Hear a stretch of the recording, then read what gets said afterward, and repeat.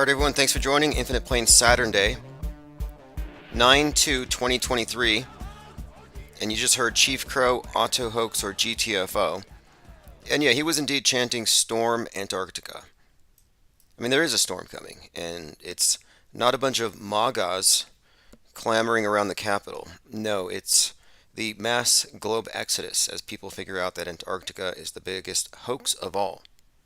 And it's nothing, just free resources, free for all, head deep south, deep, deep south, beyond the so-called Antarctic continent, and we'll see. But until a bunch of people get up and go in a bunch of different directions at once, all 180 degrees from the center, we won't know. You can no longer use the excuse that the Marines will shoot you. I think that's probably a lie. Has anybody checked on some of the flat earth conferences lately? Because I think there's one coming up in October, and I'm wondering if they're going to address the Antarctica question. The next conference is in Las Vegas, by the way. I just got word it's at a hotel. I believe they have some slot machines. And it is going to feature the music of Chief Crow. So I will be promoting that and that event. And, I might be able to attend. I'm not really sure. I think that a couple of our reporters will certainly go for review purposes, but I think it'd be really important to see where it's at. Where is this conversation? Where are people at with the question? Because it's not going to go away no matter how much they censor it. And one of the points I made to the producer of this documentary that's going to be recording here on Monday is that, because she said, how many people do you think are flat earthers? And I said, you know what, you're going to find many, many more people who are globe skeptics than you'll ever find, quote, flat earthers. And this is because these are two different positions. They really are.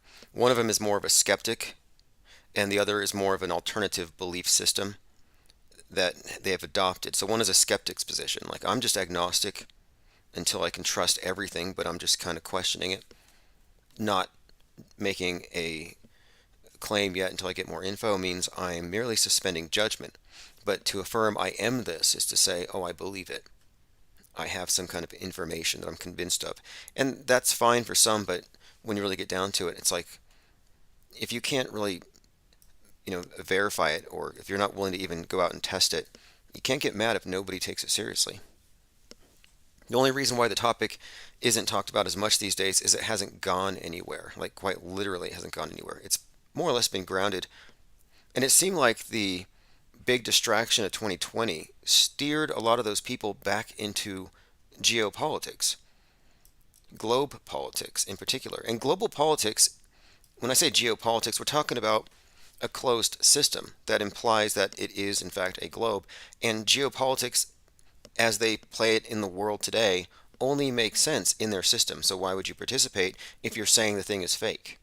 Because it is predicated on the existence of many things that are fake. And we're not just talking about the big picture, but take nukes, for example.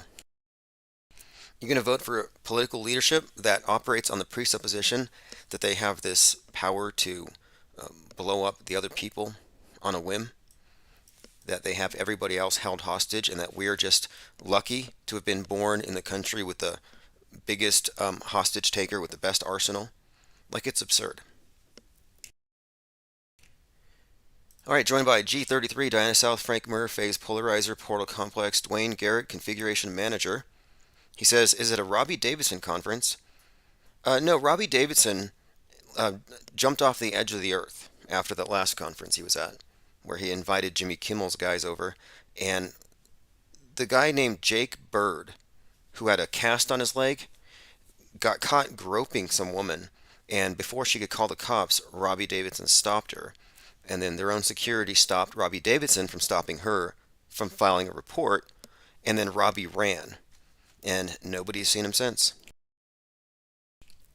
But if he had any self-respect and decency, he would have ran after that embarrassing performance of Lean Flat, where they rapped over the Lean Back song to Lean Flat. Is choreographed. It's as bad as it sounds. All right, Jennifer Reeves has joined us from YouTube. Okay, we have a good crowd here. David Hoaxme and Diana South join us from D Live. I love D Live, but they don't love us.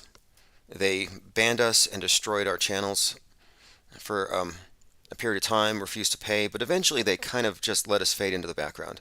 They let us use their app, but I don't really endorse them. But as long as we have people who use that platform, we will broadcast there. We are aiming for ubiquity. We're going to be broadcasting on all platforms eventually anyway. Okay, so let's get back on open topics. There's so many things to cover. There's been a resurgence of all these fake, I guess, Fed groups, Fed pride parades, Patriot Front, Nazis in Florida.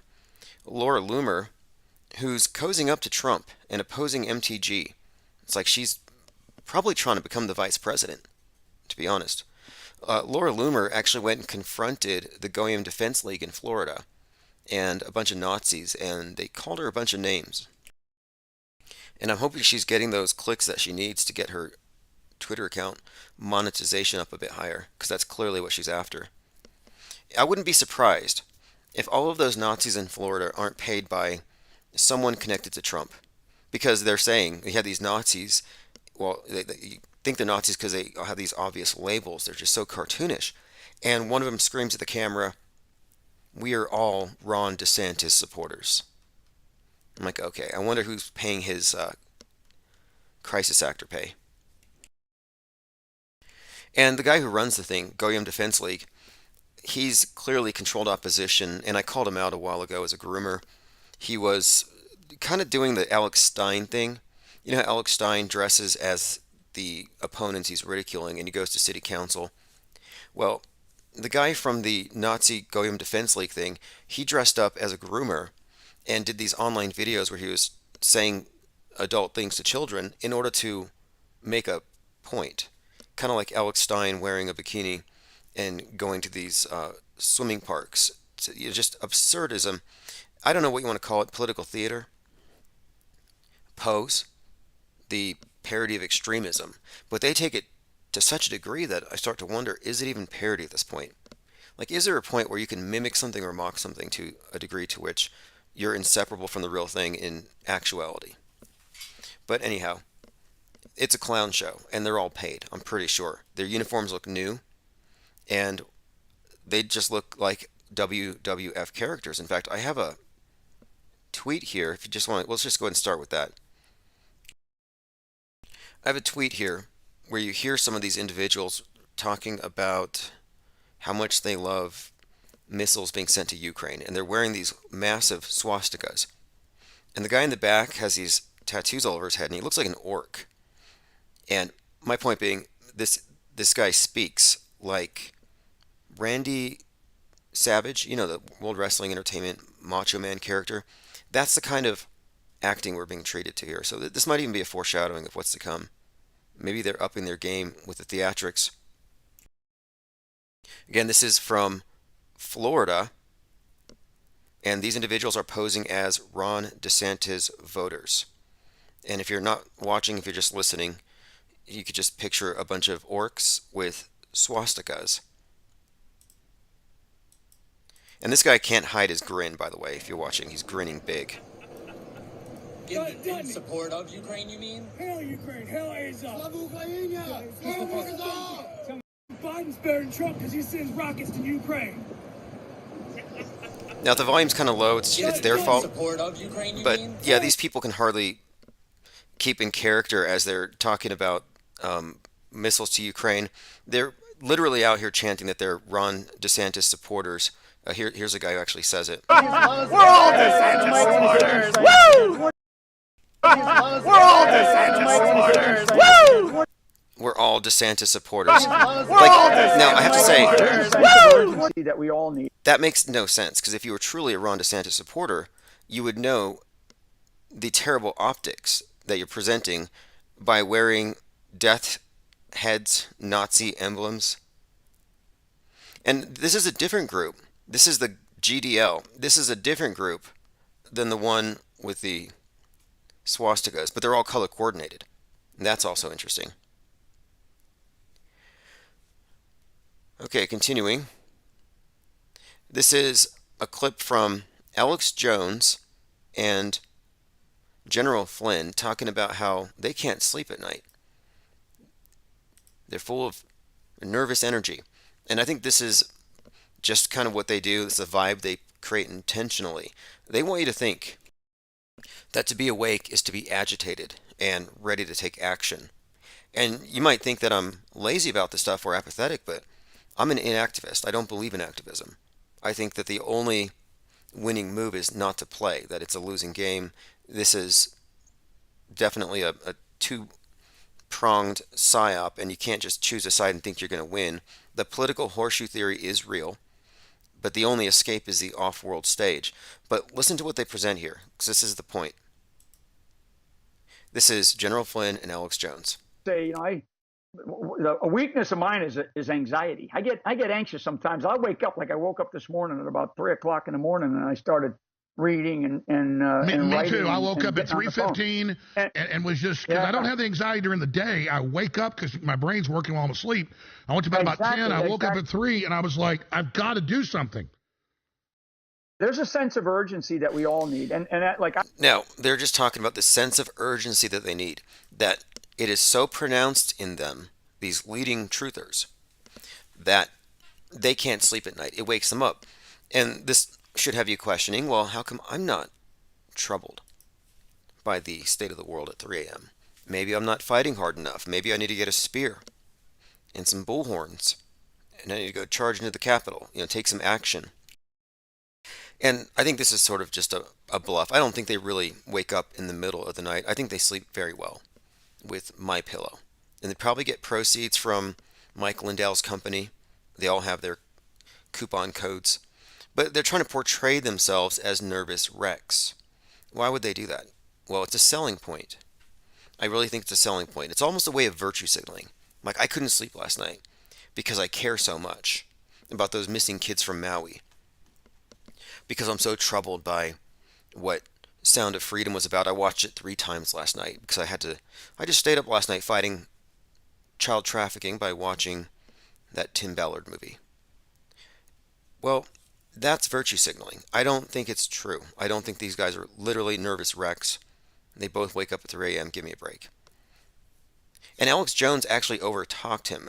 So Flynn was saying, I woke up at 3, and Jones was like, me too, and kind of ran over him on purpose because I don't think he wanted to be one-upped.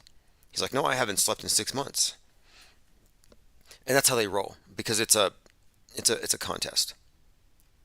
Okay, here's a clip of the DeSantis supporters with these nice, new, fresh out of the package Nazi flags.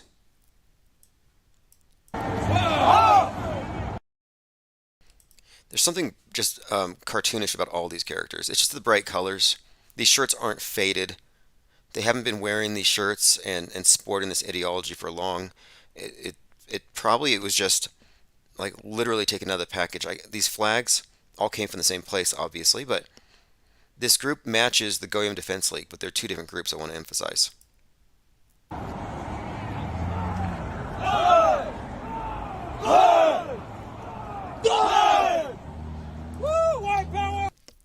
These are the only people wearing masks in Florida.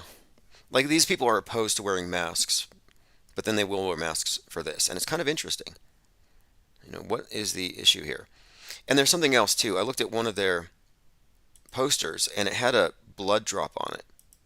And the blood purity thing actually correlates or relates to the pure blood versus goo blood, vaxxed versus unvaxxed, or the saved versus unsaved. And when you get into the origin of quarantine and the meaning of 40 days and the temptation of Christ in the desert, the hiding from sin, the asceticism of it all, but the separation, the segregation, the quarantine, the purity, the pure versus the unpure, it's all the same program. It's groupthink, and it's this hive mind. And I think it's notable that they cover their faces because it kind of turns them all into insects in that way. It's a denial of their individuality. Now here is Mike Flynn talking about the upcoming, quote, Black Swan. Now, I've been hearing more and more about this Black Swan. So a Black Swan event is basically what we call a 9/11 event, a major league transformative psyop. These things are always fake. But Individuals like Flynn at his level of security clearance would know when the big fake things are coming. And one of the things I've noticed here, and this is a big pattern, I listen to a number of individuals talking about Trump being the Antichrist and he's going to get some kind of a head wound, etc. And you can find a lot in the predictive programming to substantiate this. But the pattern is they take the predictive programming clues. Instead of saying, hey, look, they're going to fake it very soon, they say it's going to happen very soon. And they treat it as though it's real and that it's going to be real, that this is like something that's prophetic. And I'm saying, no, predictive programming is not prophecy. If you're saying that predictive programming is therefore from God, then you are absolving the writers of the programming from responsibility. It's a way to cover up the metascriptors. The psychological operations, the big ones, the 9/11 like events, do require a lot of human operators. This isn't something that is just made up on the whim. It's actually indicative of an infrastructure that's so monolithic that it's probably impossible for most people to believe that media can be that centralized. It's easier to understand it once you understand how fake moon landings are, and you're like, okay, well, if they're faking space and they're all part of the International Space Station, then maybe the control is a bit more monolithic. Maybe it is already global mind control. It's synchronized at that level. And my point being, if it's organized at this level, if these scripts are actually integrated into every nation in a certain way, so they all collaborate on the big psyops, as we can demonstrate, then we should be able to identify, or at least as we do here, shine a light on the infrastructure of this media, this monolithic media. But instead, people will say that this predictive programming is God or it's prophecy or something, and when it happens, they'll treat it as real. They won't even include in their assessment it could be a hoax, and that's just very misleading. These various religious explanations for psyops are very good at hiding the essential fact that if you spiritualize it, again, you're distracting from the actual producers of the event. False flag theory does the same exact thing. It's kind of the same thing. A false flag theory, which says this event was done by, let's say, a second shooter, it implies that the event was real. And now we're just kind of arguing over the cause. But the essential thing is the ruse kind of gets past your filter if you just accept that it actually happened. So what I'm saying here is that for all the predictive programming about some upcoming event with Trump, there is no reason to think it's going to be real. And if you treat it as though it's real from day one, then you've been clowned by the clown world. You've been duped. And there's no reason to be duped in 2023. There's enough information out there to understand how this stuff works. How there's the essential levels of fakery, there's the alternative fakery, and then there's the banned concepts of most of it's faked on a big scale. Okay, catching up on some comments. Tomanoid3 says, what are you, some kind of optimist? Yeah, well, we were born in a doomsday cult. And this is not an exaggeration, it's not hyperbole. If you believe in the conventional science, you actually believe Maui was caused by capitalism, by you refusing to recycle. You're driving too much. Your carbon footprint is just getting so big. You're breathing so much.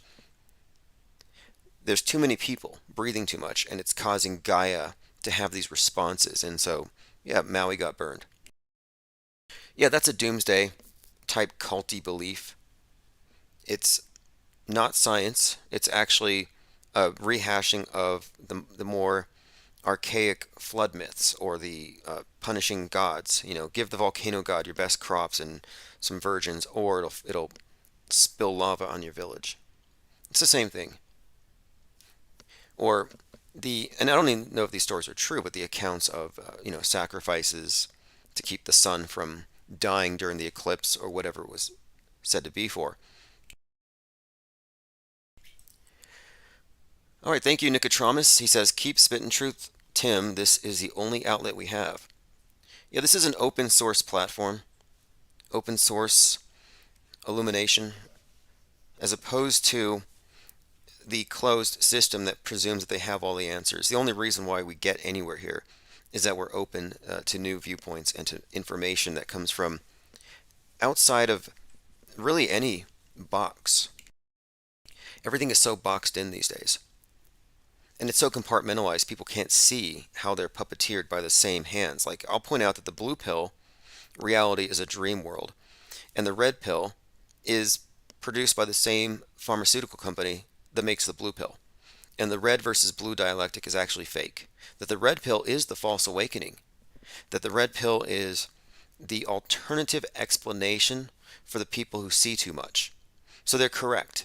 The red pill, the conspiracy theorists, they are correct. They are being lied to. But their methodology is wrong.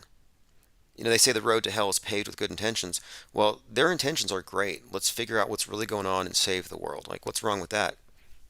But just like wokeism, the wokies think the same thing of themselves that the red pills do of themselves. They think, oh, we found out the truth, and we're going to wake everybody up to it. So you have the woke and the red pill, left and right, trying to wake up the majority of sleepers who are enjoying their dream. They're enjoying their apathy, and they kind of resent your attempts to wake them up. But both of them are deceived. They're caught up in the political horseshoe. Both fringes are steered away from the edge of the world stage. They're steered away from seeing it objectively, and they're put into activism.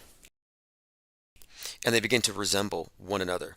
Can you tell a difference between Antifa and the Nazis that we just saw on parade? I can't. They're essentially the same thing. What's the difference between a Proud Boy and a soy boy? There is no difference. And they're both clamoring for favor from daddy government.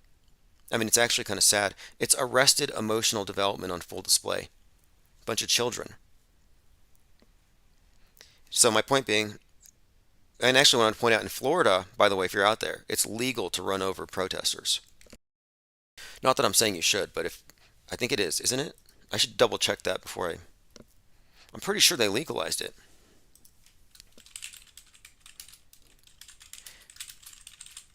Anyway, let's move on. That was just a flashback from 2020. I was thinking about the peaceful protest. Oh yeah, GOP bill targets protesters and absolves motorists who strike and injure protesters. And this may become increasingly relevant as the environmentalists become increasingly radical. In fact, there's a video making the rounds of these environmentalists who actually blocked the way in to Burning Man. And then you had the Nevada police come in and knock down their barricade and drag them out of the way. And a lot of people were actually applauding this. They were saying, you know, good for you guys. You're finally taking this seriously. This is as a form of terrorism because people could be dying in these long lines, these traffic jams, intense heat, lack of ability to, maneuver. They're just stuck. It's actually kind of destructive. But I was kind of thinking maybe they should have left the barrier up. Would anybody here actually care if the people at Burning Man just kind of stayed there? Let them just have their own breakaway civilization. Let them manifest their paradise. No, they want to come back. Anyway, they're out there having these open air orgies, which I don't have a problem with. I really don't. I don't care what people do. It's no different than the Bohemian Grove. Like, we're presumably talking about consensual things, adults being gross in the desert, do your thing, whatever. But my point of it is, you're the same ones who were total COVIDiots just a few years ago.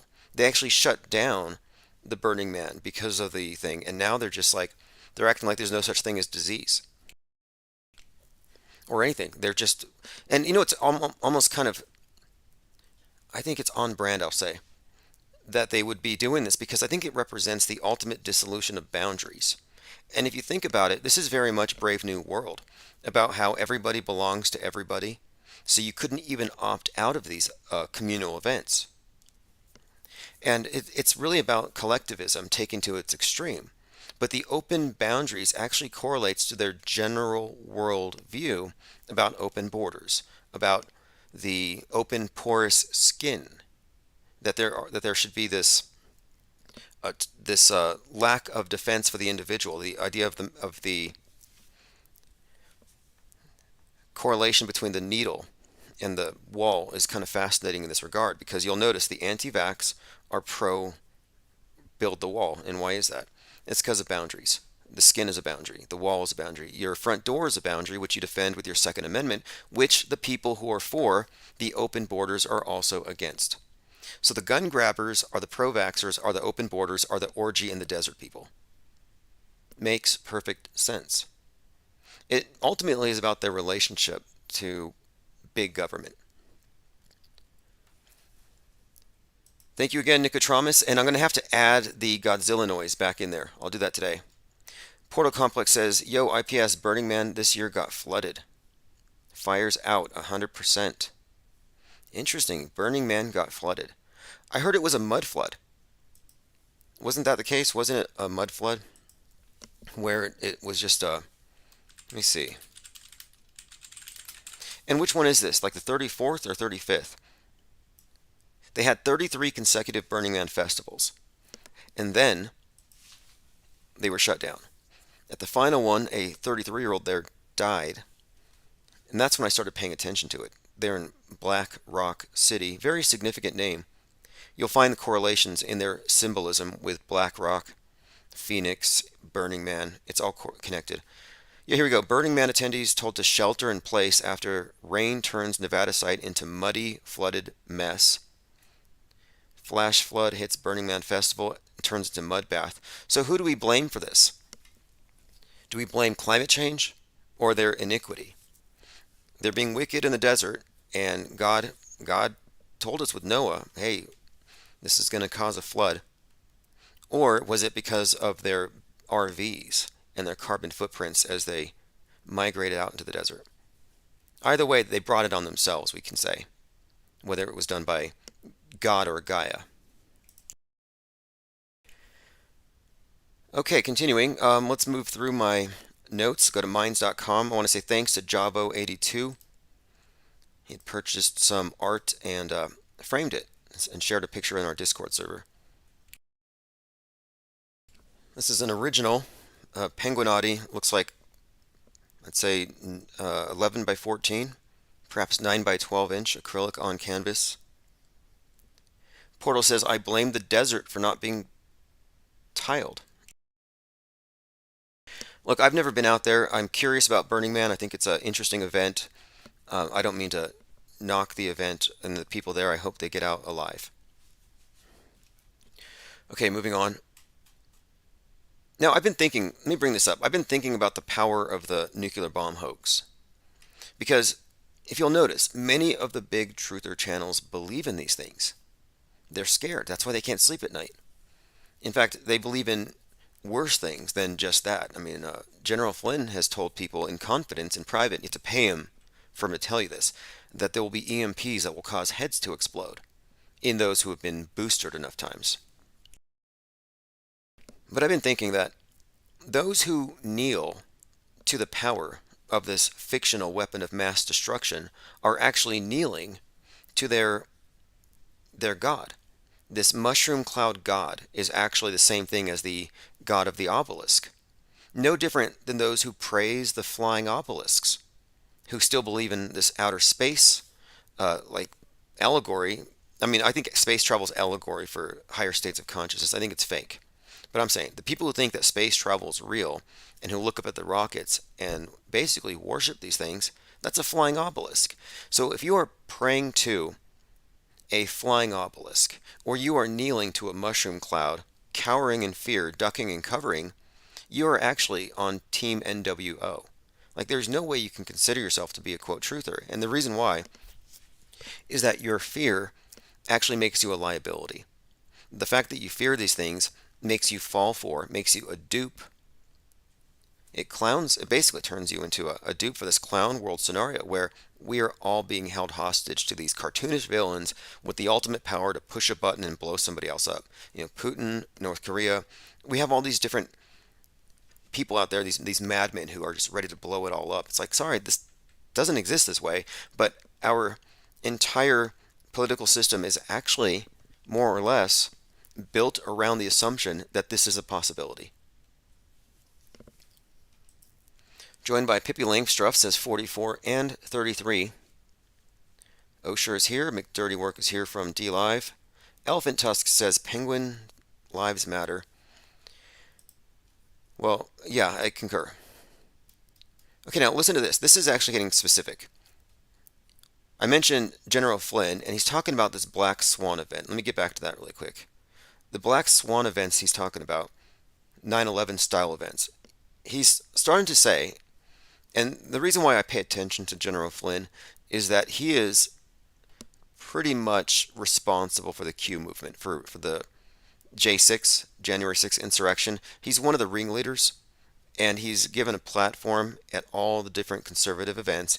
And when he says something like this, there's going to be a Black Swan event, it's worth paying attention to. So let's go ahead and play this clip. Why? Why do they want the United States of America? They want the United States of America for one thing, and that's resources, right? Resources, energy, food, and people that we have, the innovation and the innovative people that we have. I mean, if they could, China would turn the United States of America into a slave. Okay, well, the whole thing is about China becoming so powerful it turns us into a slave state. But here's what he says. He says, I think we're going to see a cyber attack, cyber disruption that's so vast it will disrupt the entire internet. That's what he's saying.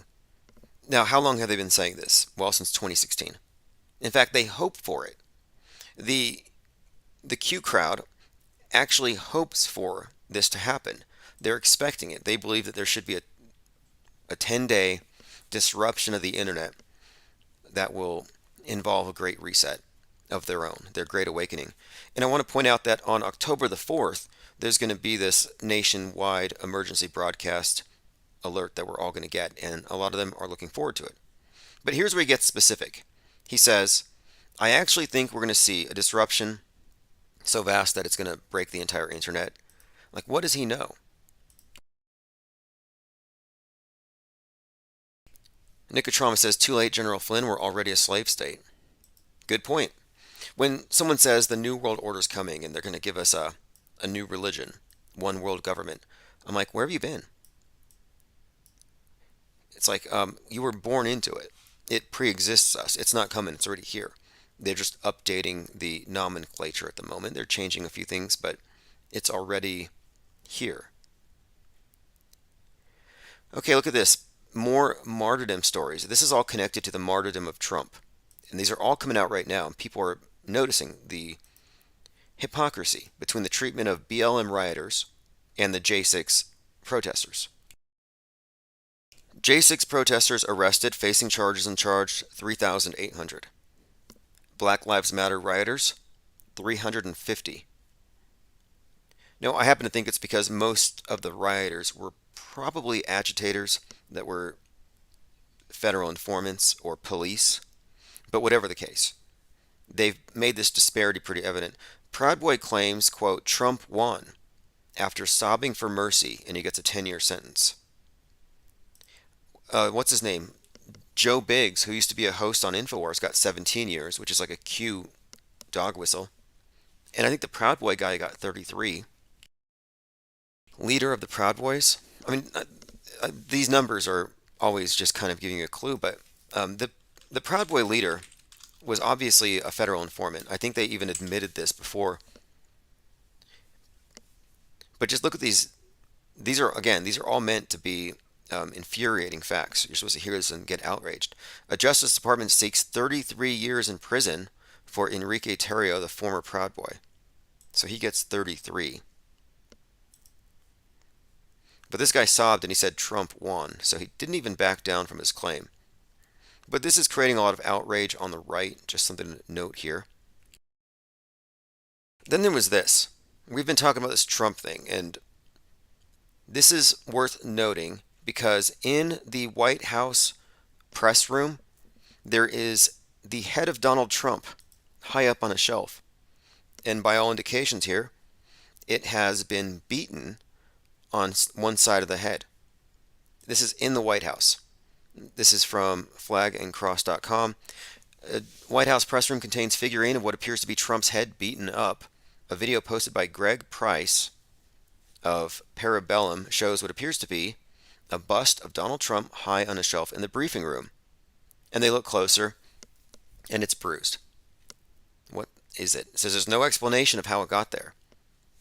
But The image of a former president beaten and bruised, disrespectfully thrown on a shelf in the White House where he once lived is somewhat shameful.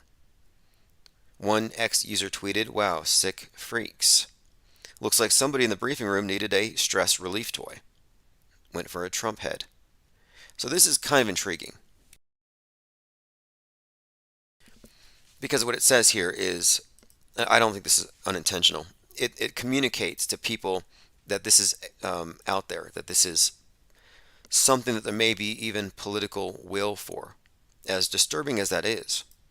I don't think it's a coincidence, but I'm also connecting it to the bigger story of this head wound narrative. And let me point this out.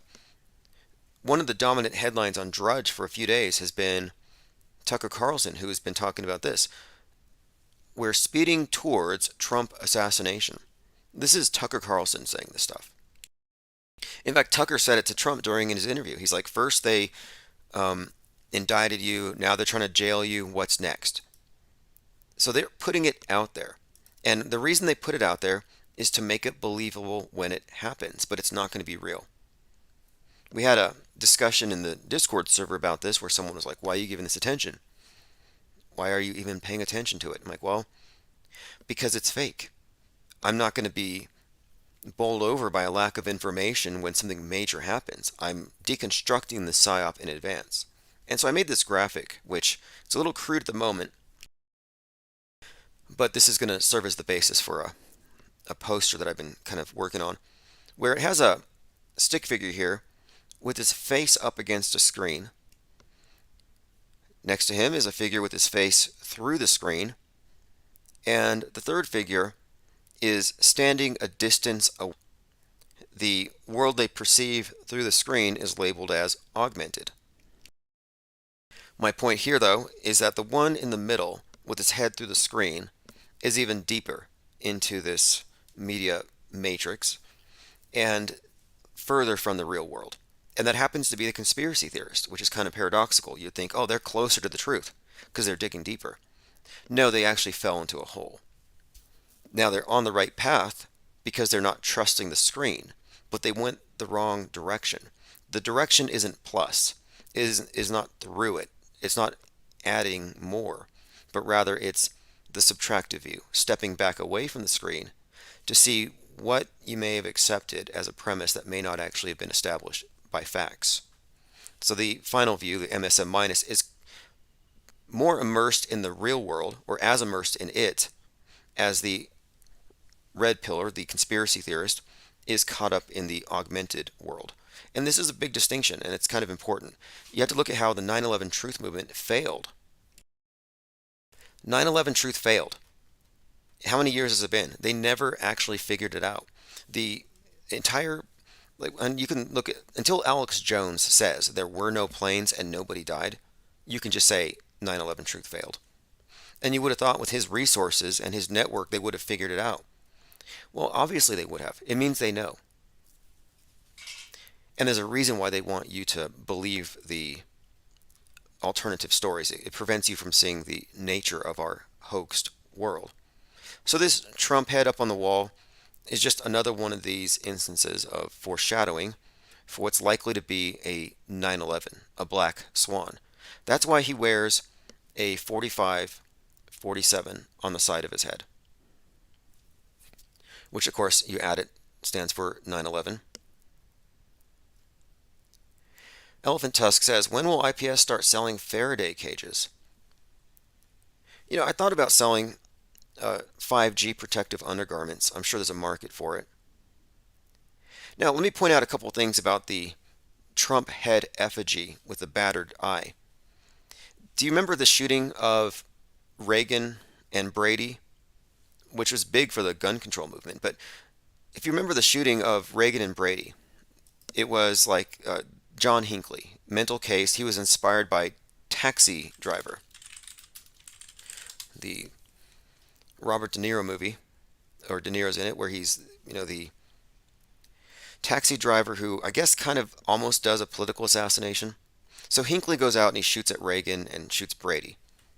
This John Hinckley's birthday happens to be JFK's birthday, 5/29. Just a coincidence. But here's the interesting thing about it. The shooting of Hinckley of Brady didn't result in his death right away. It took him 33 years to die. Or rather, when he died 33 years later, they said, yeah, we're ruling the cause of death homicide 33 years after the fact. That's kind of interesting because his injury was actually to his left eye. I'm like thinking there's something kind of a connection here between the head wound and the number 33. And I remember Salman Rushdie had just been shot, or stabbed rather. And he was stabbed on stage as a result of a fatwa, some kind of a hit that was put on him, and it was for $3.3 million. So here you have a guy getting his eye stabbed after a 33-year hit for $3.3 million. Now here's the article. James Brady's death is ruled a homicide. His wounds were inflicted 33 years ago. But he died from John Hinckley Jr.'s attack on President Reagan. 33 years after shooting, Reagan's aide ruled a death. Again, just kind of a strange coincidence, I suppose. But I'm thinking that this is all part of this bigger network or collection of predictive programming examples.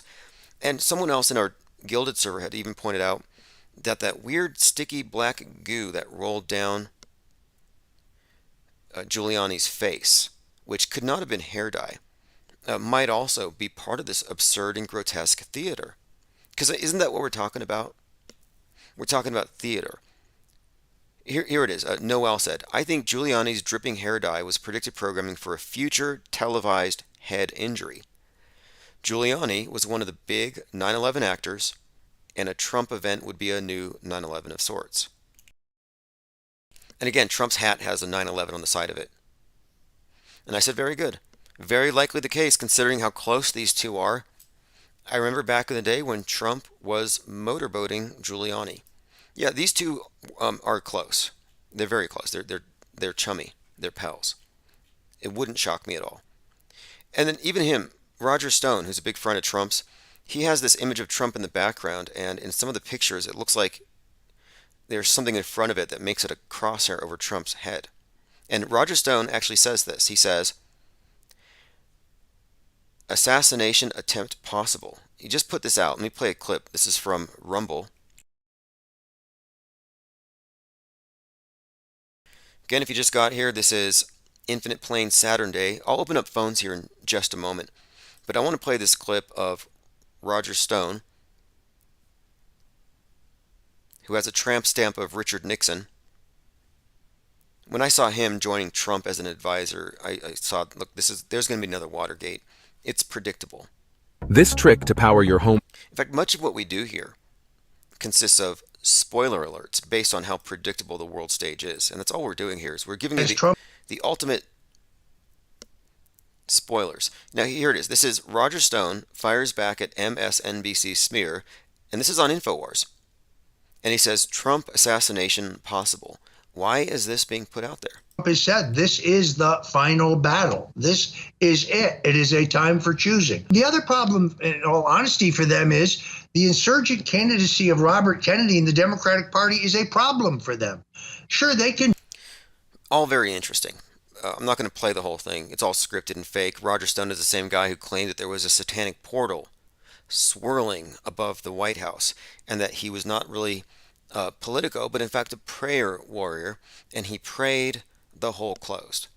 So Roger Stone saved us from the legions of hell. Thank you, Roger Stone, for praying so hard to close that satanic portal. And he said it with a straight face. And I'm pretty sure it's because somebody paid him on Cameo to do so.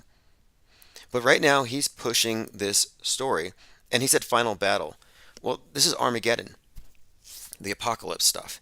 Waco, American Apocalypse, came out on Netflix at the end of March, just when Trump kicks off his campaign. The night after he kicks off his campaign, in fact. It's like I'm watching Waco, American Apocalypse, and then Trump is in Waco, and he's like, this is the final battle. And of course, all this calls back to the 33-year-old Dave Koresh, said he was Jesus, everybody believed him, being incinerated by the DHS and FBI, which radicalized Alex Jones. Alex Jones was radicalized when he saw the government. That's why he became anti-government. That's why he became Mr. Anti-Gun Control, because Waco was about weapons violations, and he helped them rebuild their compound.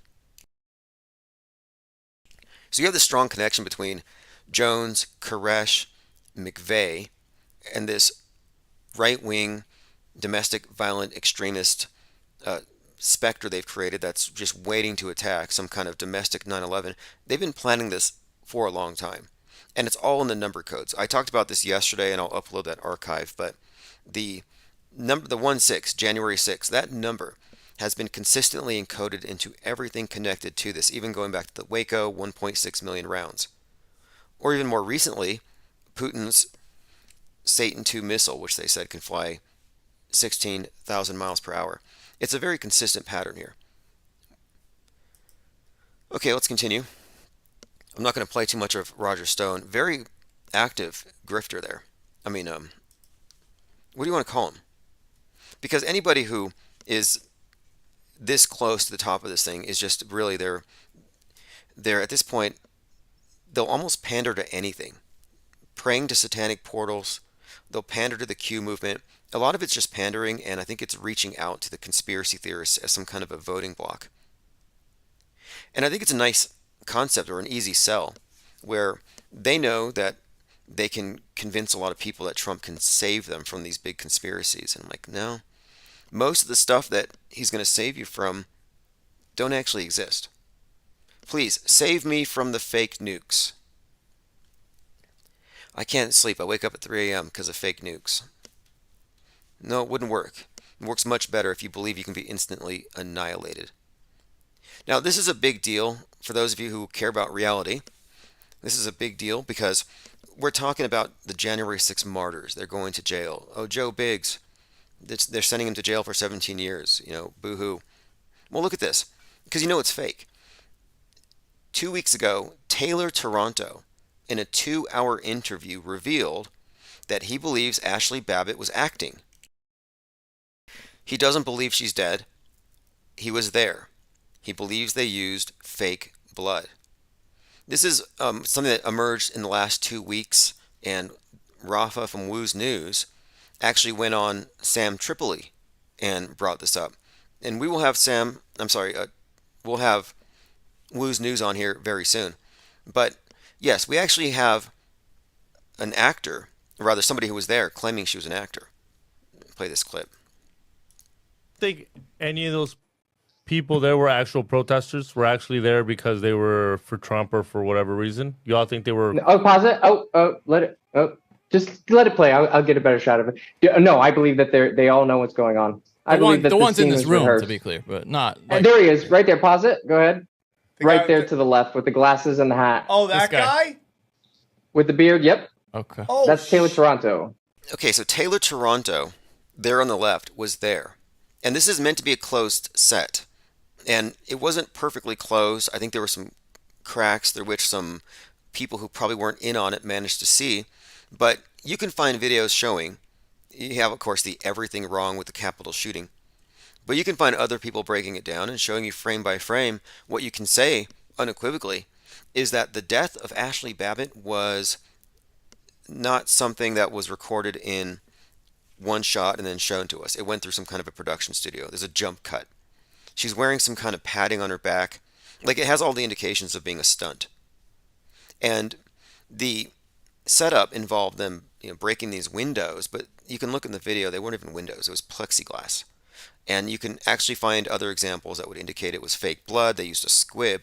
But here we have an eyewitness, someone who was there, Taylor Toronto. And this is just within the last month. So 2 weeks ago, he came out and he said, it's a 2-hour interview that he did with Defender Vance. I was just made aware of this very recently. And I watched the entire interview, and I couldn't believe it. I couldn't believe what I was hearing. So I can send that to you if you'd like as well. That's crazy. That interview. That's so. But yeah, he goes on to say that she's acting, that Jaden X is acting, that she's acting terribly. He doesn't believe she's dead, and he believes they used fake blood. See, this is a big deal. This is a very big deal. Because if Ashley Babbitt's not dead, then her mom is an actress, and Trump showed up via video to Ashley Babbitt's first posthumous birthday to say it shouldn't have happened, she died for a good cause, etc. It's a manufactured martyr. And all the January 6 martyrs are fake. The QAnon shaman is therefore fake. You do not have one real legitimate person in the middle of a hoax on a closed set this vast. And here you have just corroboration with the observable facts that Ashley Babbitt's not dead. So this undermines everything that they're about. It undermines so much. This is actually a clip here, I believe. Taylor Toronto spills the beans on the Ashley Babbitt J6 narrative part 2. He says, quote, "This is where I start learning what I'm figuring out." That's me screaming. That's you screaming? I thought so. Yeah, I think so. Get out of the way, something to the effect, right?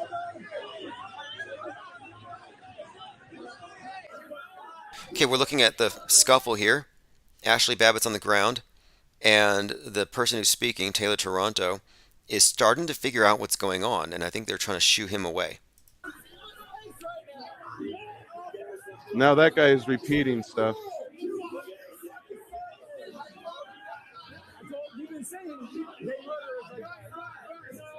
Now you're looking at a bunch of drama, totally fake, or rather, it looks very rehearsed, I'll say. But we're looking at a walkthrough of this video by the person who's filming it, and he's describing where he's starting to figure out that this is a fake incident. And there's another live streamer there who you can see in one video watches her fall and then rushes over and touches her neck. Then he runs outside and his hand is bloody. And he says, "They shot somebody and she fell into my arms. Look at the blood." No, she didn't fall into his arms. He wasn't even close. So why would he get blood on his hands from some lady that just got shot and then run outside and claim that this person died in his hands, died in his arms? No, he went out there with a scripted line showing the blood on his hand for propaganda purposes. You know, he was a live streamer who was actually working as part of the PSYOP. And this is clever of them because when the media does it and it's reported by CNN, you can say it's fake. But when it looks like it's grassroots, it's a little trickier. Again, here we're looking at Taylor Toronto just explaining how Ashley Babbitt isn't dead.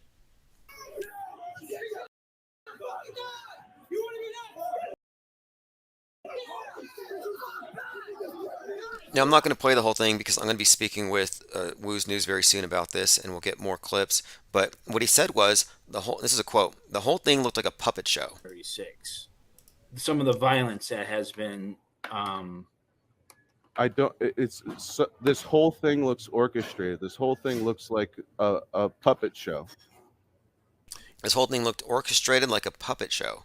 I 100% agree. But he definitely spilled the beans on this thing. He definitely did. And this is going to be circulating among those of us who have this off-world stage perspective. But the people who are entranced by Trump and who are worshiping that golden idol, the ones who are pretty much caught up in the soap opera or the psyop opera of politics, they're not going to see the value in this. They're going to have to hold on to their mythology. Fascinating, though. Yeah, Frank Zen, this is the 1/6 incident. We have within the last couple of weeks, we have someone who was there who can attest to the obvious fakery involved in the January 6th PSYOP, specifically the Ashley Babbitt thing. And it was a mostly closed set. I would say 99% closed. So you have these Proud Boys coming out sobbing because of their long sentences. They're not going anywhere. They're not going to jail. They're not going to prison. It's obviously a hoax. Diana South says, "The kid with blood on his hands was talking with Edward Zoll when he was with True News, but now with Stu Peters." Interesting. Small world. When you get into these circles, it's kind of a small circle of people. I mean, really. Because Stu Peters is the one who just called for the hanging of Fauci and Hunter Biden. That's how you know he's a Fed. There's no way you can get away with saying these types of things if you're not pay to do so. Okay, let's continue here. We've covered the Donald Trump head wound thing at the White House, which is obviously meant for us to see. If you want to follow along with the notes that we follow here, it's at minds.com/Infinite Plane Society. It's all of our best clues or puzzle pieces. And a lot of times people say things in Discord that are worth discussing, or they say things in Gilded, and we can't trust these platforms. So I will screen cap the entire comment so we can maintain our threads here. And I'll post them there in Minds. So anyway, anytime you see me referencing something, if it's coming out of Gilded or Minds or even Rofkin, it all ends up here. So I don't miss anything. For example, Robotic Double 3K said, and this is from Rofkin, I imagine there are some not only cog-dizzy pilots regurgitating ball propaganda, but when they have a god complex, they can't be reasoned with. And this is in reference to the interview with the pilot, Quincy Carr. Great explanation on behalf of everyone, FE, as to why we seemingly know we don't live on a spinning, tilted, orbiting ball. Great show. Thank you for the comments. And yes, you're responding to the statements by Quincy Carr about how the pilots that he's spoken to are not even approachable with this topic, that they could be wrong about something as big as the shape of the world, something as fundamental, and just accept it. You're supposed to just accept it. But it's about burden of proof. People wrongfully, and this is just because of training, habit, and tradition, people have wrongfully accepted the burden of proof too often. Like when somebody lies and they tell you something without evidence and you don't believe it, you're supposed to be able to challenge that before you accept it. But if you're not allowed to challenge it, if it's on you to prove them wrong and you accept that, if they're clever enough, you will never be able to prove them wrong. You'll be stuck in their version of reality. Here's an interesting piece here. Eagles' Jason Kels says, quote, you'd be surprised how many NFL players believe Earth is flat. Not that I place a lot of value in this. I don't think it's significant when celebrities say this stuff, because these individuals are also part of a rigged system itself. But who knows? These things are somewhat compartmentalized. Maybe he's not super high up that pyramid to the point where he gets involved in the public satanic rituals like Damar Hamlin. Now listen to this. I was on the practice field last year, and one of our coaches was walking by, and I was like, man, how many people do you think on this field believe the earth is flat? And he says, I don't think anybody out there believes that. And I said, you'd be surprised. If you start polling, you would be surprised. And even before I finished, somebody next to me said, how do you know it isn't?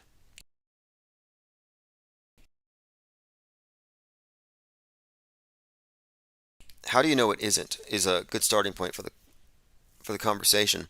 Because really what it comes down to is Group A believes it is this because they saw it on TV. And Group B is just saying, well, minus that, I don't have any reason to go with the explanation you've accepted. So it leaves you in a state of somewhat agnosticism. And at the point I made to the interviewer the other day, the producer for that documentary on this kind of pre-interview, was that you're going to find more, quote, globe skeptics than, quote, flat earthers.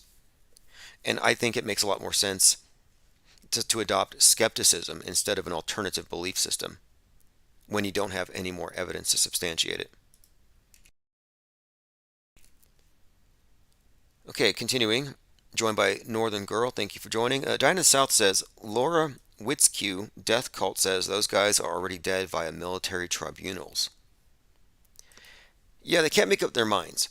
Either the deep state were killed in 2017, and they were replaced with actors, and it's all just a show, or they're still alive and they're about to be killed. This is the thing about the Q movement, is that they're always waiting for all the bad guys to die for this great awakening. But then they're also convinced that it already happened and they already won.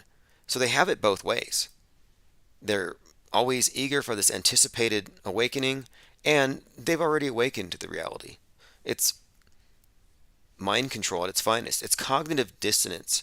Cognitive dissonance used to break up the integrity of somebody's grasp on reality. It's pretty terrible. It's it's just designed to be illogical, I believe. Okay, now listen to this. This is just more examples, I think, of why we can't pretend like the insurrection wasn't scripted and staged to fail. But this is an interesting one, because they record everything. It's like Watergate all over again. In a conference call before riot, a plea to descend on the Capitol. So here we're looking at John Sullivan told a group of supporters that they had to go to Washington on January 6th. A week before the angry mob stormed the Capitol, communications expert John Sullivan, an aide to Roger Stone, was on a conference call, and he had assured listeners that the election had been stolen and that they had to go to Washington on January 6th, on the day that Congress was to meet to finalize the electoral count. And he said, quote, descend on the Capitol.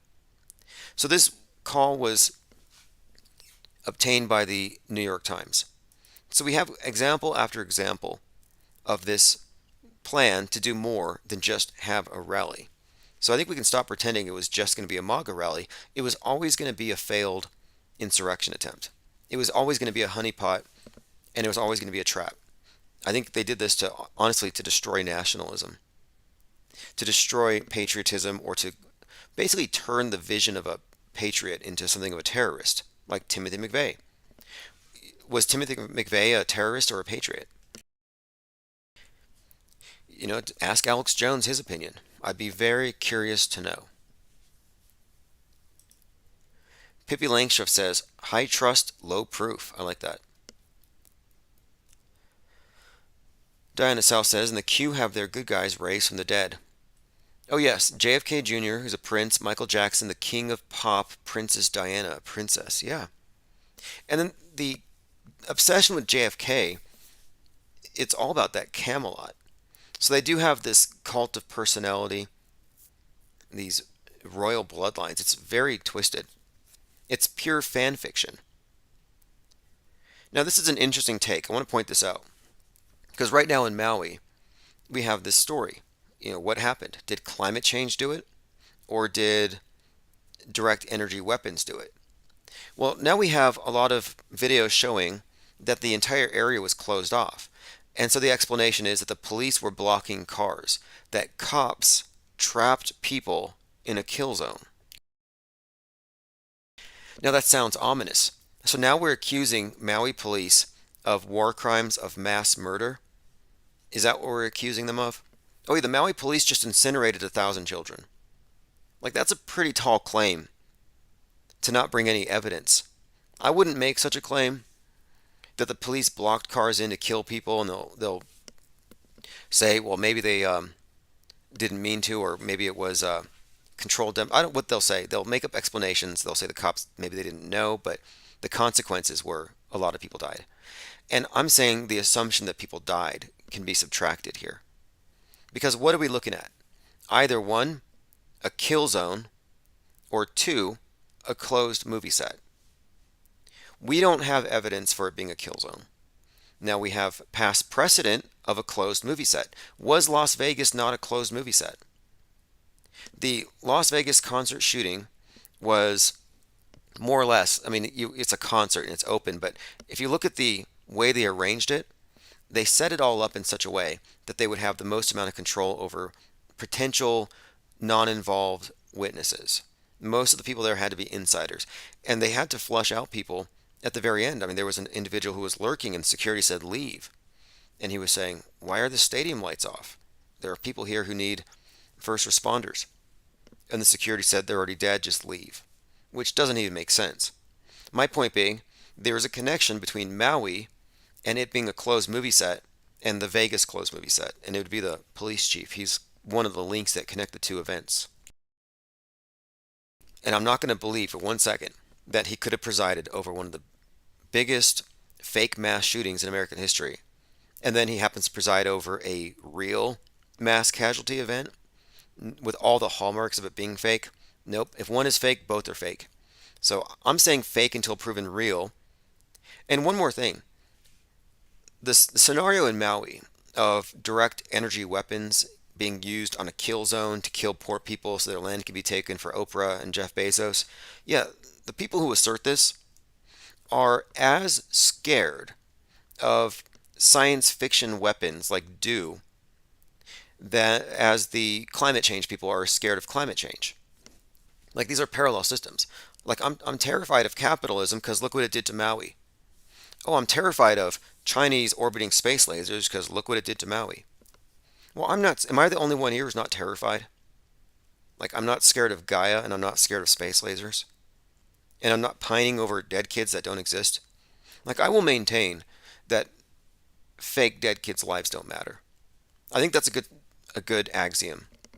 Like at no point are you going to convince me that I need to be radicalized or agitated over fake deaths. I don't care what the age. Do any of you here care about fake dead kids? I'm trying to see if anyone here cares. Do we have any fake parents? Let's see. Continuing. Angle of Elevation says descend on the Capitol doesn't mean let's take over the country by getting angry. Yeah, but look, you would be dishonest if you were to say that there wasn't a plan to interrupt the proceedings. Going back even in November, I remember reading about this stuff. They were saying, yeah, this is going to be the point where America transitions from a corporation into a republic, that they have to put their own electors up, that they have to stop Mike Pence from certifying the election. That this was, it was like maybe not everybody said the quiet part out loud, but more and more we're hearing that quiet part. They're losing their plausible deniability, and I'm saying let's go ahead and let's stop pretending like the January 6 people were innocent, and that if it wasn't for Ray Epps, nobody would have done that. People are like, the feds did it. Oh yeah, one Fed went out there. 5 feds, 10 feds, whatever it is. A handful of people agitated a big mob until what? They lose their free will? I have free will. There's nothing you can say that's going to make me go loot and riot and then say, I wouldn't have done it if this guy didn't say something. No. You have to believe in individual responsibility. And the Ray Epps scapegoat story, which was made popular by Tucker Carlson, is not only not believable, but it's not an excuse anyway. Diana South says, good t-shirt, fake dead kids' lives don't matter. Yeah, I think it'd be a good one. In fact, you know what? Here's what we'll do. Because we have the office space here, and that's thanks to everyone here who's part of this think tank. And this conference room is one of the main reasons we got this. I said, we need a big dry erase board. We need to be able to do mind maps. We need to be able to debate things into nuance in a very constructive and organized way, where I can invite third party, I can invite media, I can invite people to debate who aren't even a part of the online communities very easily by just bringing them here to the office. And I think it would make sense to have a conversation about mass shootings, and I would certainly make such a shirt available. I would wear it. You want to debate me and try to convince me that fake dead kids' lives do matter? Let's have that conversation. Engel says, dishonest would be calling it a failed insurrection. It was a handful of dumbasses with no plan. No, not at all. The January 6th thing was totally fake, staged, closed set, and it was designed to be an insurrection that failed. It was designed to look that way, and that's why these people are going to jail. If you think it's an injustice that these J6ers are martyrs, well, you're missing the point. The J6 crowd are a bunch of feds. Nobody's really going to jail. These aren't real. The fact that we have an eyewitness exposing that Ashley Babbitt's not dead should be a real eye-opener here. The thing was meant to stall everything. This has been said again and again by Roger Stone. It's been said by others. In fact, you can find a clip if you don't want to be disingenuous and, play the same game the media plays. You can find a clip where Trump clearly states his intention, and this was meant to be leaked, where he said, turn off the mags. Well, what do you think that means? And they said, he said something like, turn off the mags, and they said, well, they've got weapons. And he said, those aren't for me. Well, what does that mean? It's for the other guys. That was meant to sound like it sounded to the J6 Commission, that basically Trump wanted his armed supporters in there. So they have all the pieces to this story out there to put it together for yourself. No need to pretend like anybody here is innocent. But another important point of it is that the whole insurrection thing was meant to attack anybody with good intentions who believed in it as well. It's a huge smear campaign, and it wouldn't surprise me if future textbooks present the letter Q the way that we were presented with the swastika. I think that's the future. Not Shock says America destroys nationalism in the U.S. just like they have done all around the world to protect democracy. Well, they have turned the nationalist into a terrorist. And they've been doing this since McVeigh. And this is why McVeigh and Dave Koresh are so closely related to Alex Jones, who's closely related to the top of the January 6th thing. They're all part of the same story. And now on top of it all, Trump kicks off his campaign in Waco, calls it the final battle. Roger Stone says final battle. Netflix puts out Waco final battle. And all of it is basically saying the same thing. It's all reiterating the same messaging. Joined by Thirst for Truth. Thanks for joining. Infinite Plane Saturn Day. Phones are open. Let me check and see if I have any voicemails. Now, Monday we do have the crew coming in here, and after that is shot, I will be forthcoming with all the details about who it is and where they're from. I just didn't want to leave the possibility open that we could have some kind of saboteurs. We know how the other side, how the opposition rolls, but no, this is going to go down without a hitch. Everything's been organized. It's pretty simple. The whole purpose of it is for Infinite Plane Society to be included in a documentary that's covering a lot of conspiracy theories, but they needed somebody who can convey what the flat earth topic really is and how you might arrive at this level of skepticism. And I think we have a few things to say in this regard. So they're coming over here and they are going to record a live stream in the office, and it'll be a great opportunity, I think, to set a few things straight on this topic. And after this, we will be heading over to the flood control dam, which you may recognize the location if you watch Breaking Bad. It's the place that you go before you fake your death. So if I die, let's just say like next week, it's probably fake. Because that dam, which weirdly looks like a cemetery, it's this flood control dam with these concrete blocks that look like tombstones. But that's where Walter White gets dropped off in order to be taken away so he can fake his death. But it happens to be, to my knowledge, the only place in town where you can get a 360-degree view of the horizon without any obstructions, except for one 5G tower. And that's where we're going to record most of our interview and the conversations that we have. Additionally, if any of you want to appear in this and you can't make it to Albuquerque, you can certainly be interviewed remotely via Skype. So we're going to open that up as well on Monday. But my point being, after that is done, I'm going to start this regular series of cyber symposiums, topic by topic. Like, I think the IPS think tank can shoot down the ISS in one afternoon. And I think if we just go after this in a very methodical fashion, opening it up to debate, inviting subject matter experts, and even opening it up to debate. But I think if we elevate the discourse above the ad hominem attacks and the controlled debates that you see on YouTube, we'll get much further with it. Engel says the feds won't go to jail, just like the Michigan governor kidnapping. It took a Fed and actors and some gullible Q types to get it done. See, there is that. But then, you remember when Patriot Front came out on 6/11/2022 from the back of a U-Haul truck? There were 33 of them. And a cop nearby whispered to a live streamer that we knew that they were going to disrupt the protests because we had some of our guys on the inside.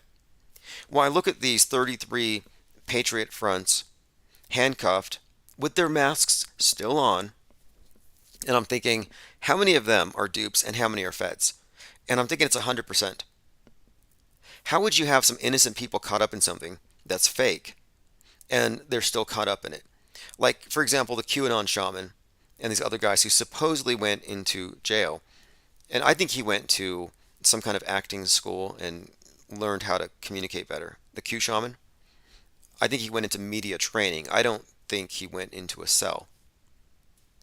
But how could you keep someone like him in a cell if he knew that Ashley Babbitt wasn't dead? He would be the ultimate whistleblower, and it would be the ultimate defense against the criminality of any of the perpetrators if the whole thing was predicated on an insurrection that wasn't even real, that was simulated. It's a simulated riot with simulated victims. You can't go to jail for that. So I'm saying that there are no innocents, in that there's no innocent people caught up in the wheels of this thing, that anybody who is being dragged into it is likely an informant or a Fed.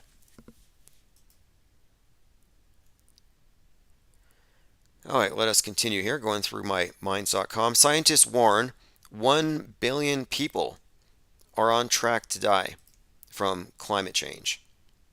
The fossil fuels that humanity burns today will be a death sentence for many lives tomorrow. Now, this to me is the main weapon or the main consolidator of power that the power elite have, because nukes are fake. Knowing this, they can never actually produce it, but the threat of it is enough, at least to maintain a stable order. But since those are fake, how can they really use it to assert like the level of control that they want without eventually producing something? And I think what they've arrived at is maybe it's too divisive. If one country does it, they can never be friends with everybody else. But climate change, by contrast, is unifying. Everybody is affected by it. Everybody has to agree, or we all pay. And I think if they're looking for a collective universal threat, it's far more predictable than asteroids or meteors, and it's far more plausible, I think, to most people than than pretty much anything else they've come up with. I'm just saying that to say 1 billion people are going to die, this is why I say we're in a a doomsday cult. But this perspective, it makes you a murderer just for being a consumer, for one. You're killing Gaia, but now you're killing future generations. But this is the main unifier. It's their main weapon. And they really want you to believe it. Speaking of weapons, Putin's new secret weapon, Russian military develops killer octopus. And this was shared by Lean Dion over there in Gilded. A killer giant squid that can hypnotize its prey. A 33-foot-long man-eater also boasts extraordinary camouflage that could help it stalk using shape-shifting. So some kind of a 33-foot octopus weapon, or a weaponized octopus. I'm only bringing it up because, one, it is reminiscent of the Kraken. Two, Putin is talking about using his nuke. So if we're talking about the Kraken symbolism, and we bring in a squid as a weapon, and it's 33 feet long, it says here, the 33-foot-long man-eater boasts extraordinary camouflage. Well, this would correlate to a few things, like, for example, Godzilla. Kraken-like entity at sub-level 33. And we see this constantly referenced, like James Cameron goes down to the Titanic in his deep-sea Challenger 33 times. So the 33, the underwater weapon, the Kraken connotation with Putin, who even now is advertising his new weapon. Yep, it's all just reinforcement. Another one here. This is Meg 2, The Trench reviews sharks, krakens, and dinosaurs. Just a lot of this symbolism of the Kraken is popping up everywhere. I just watched this movie reminiscent of The Rig. I talked about The Rig last year, which used the Kraken symbolism. It's always the same. Gaia is going to wake up if we don't get rid of oil rigs, and it's going to destroy us all. It's a reoccurring theme on Amazon. I've noticed this. Amazon tends to reinforce the environmentalist cli-fi stuff, climate fiction. And Netflix seems to be more focused on, I don't know what you would call it. It seems like they're introducing a lot of, like, is it demonology, neo-Gnosticism, a lot of occultism, transcendence through technology, like a lot of the stuff having to do with Neuralink, for example. I'm also finding, oh, another one, sex bots are huge on Amazon. 2050. There's a movie called 2050 about the future, how everyone just replaces their spouse with a robot. And I'm thinking this has got to be just commercials for future Amazon products. But both of these are both just platforms that really indicate where the world is at right now.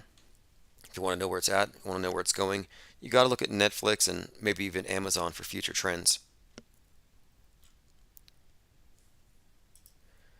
Okay, moving on. Violet says Russia's first moon mission in 47 years is Russia's Lunar 25 probe. It likely left a 33-foot crater on the surface of the moon last month when it lost control and crashed down. Now, let me point out this. Lee Harvey Oswald was believed to be like a Russian asset or something, and he shoots JFK. Now, we have Russia launching a probe to the moon, and it crashes. And I think there might be something to this if you dig a little deeper. The number 47 really stood out to me because, of course, we're talking about President number 47. But it gets deeper. The Highland Park shooter, remember Parkland High, Nicholas Cruz? Well, the Parkland High shooter was actually in the news at the time of the Highland Park shooting. And it got me looking into it, and it turns out JFK was taken to Parkland Hospital. So all this is standing out to me. Well, on 4th of July, 2022, the shooter of the people at the parade had a 47 tattooed on his temple. And I thought this has got to be foreshadowing for some kind of sniper attack or a shooting of Trump because he was previously seen at Trump rallies and he had a poster on his wall, a newspaper clip that had Lee Harvey Oswald. So you have someone who fetishizes Lee Harvey Oswald, shoots up a 4th of July parade, again, 7-4, the date, 7-4-47. He has 47 tattooed on his head, and now Trump is wearing a 47 on his head because he's got that hat. The MAGA hat has 45-47, which again, you add it, you get 9/11, but it's right there. And what's more, the shooter, I think his name was Rob Cremio, the one who shot up the parade, his mom was at Target. So you see a picture of his mom with a Target bag that has a Target symbol. Her son, the sniper, who frequents Trump rallies, idolizes the Lee Harvey Oswald, possibly a Russian asset. And then here again you have this foreshadowing, I think, where Russia's moon mission crashes the moon, 33-foot wide crater, 47 years since their last one. So the number 47, I think, is another reference to this Trump thing. And the 33, as I mentioned before, is correlated with the shooting, the head wound. James Brady dies of a homicide 33 years after his head wound when they try to shoot Reagan, and the guy that shot Reagan and Brady had JFK's birthday. It's a very interconnected story, and it's really compounding layers of predictive programming at this point.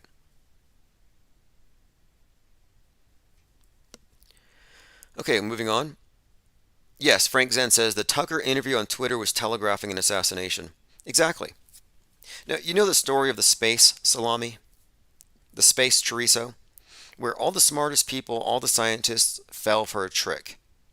An astronomer with access to a $10 billion telescope that you paid for put a slice of salami against a backdrop of stars, and he fooled the world.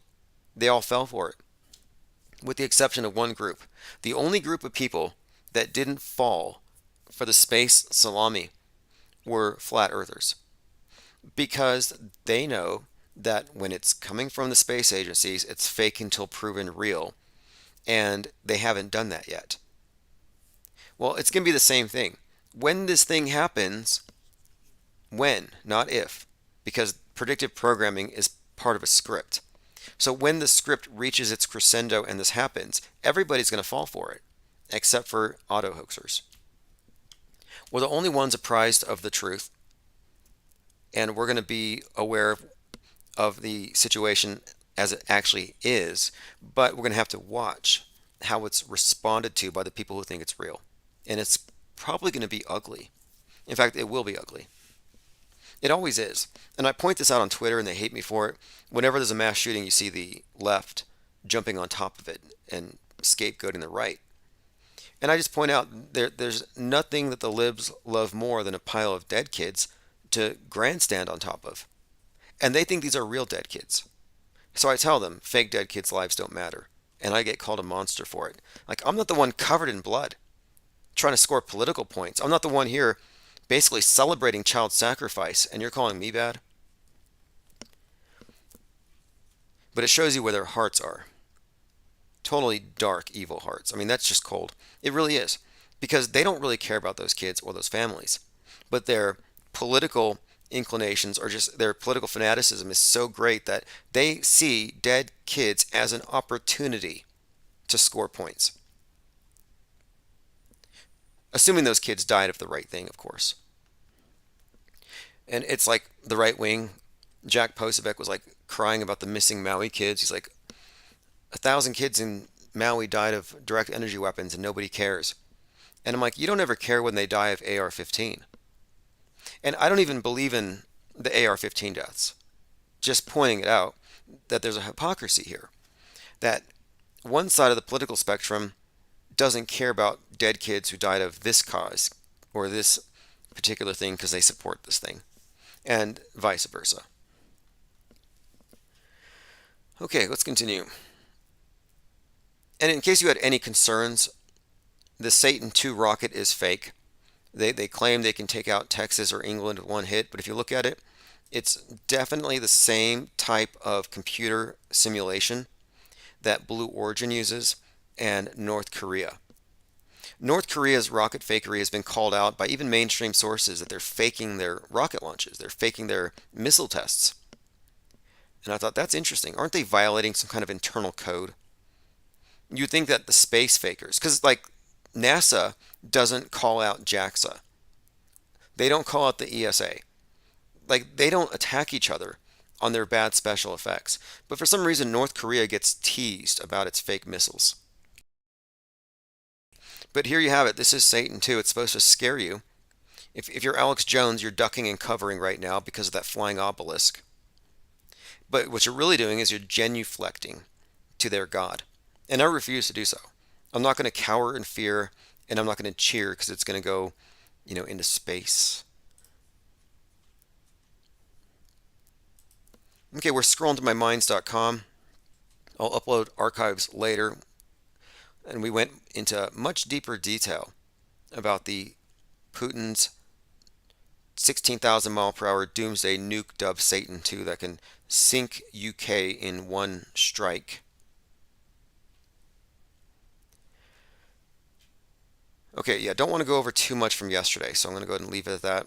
My home internet's down at the moment, so I'm here at the office, and I wasn't able to archive last night, but I'm going to do it before I leave.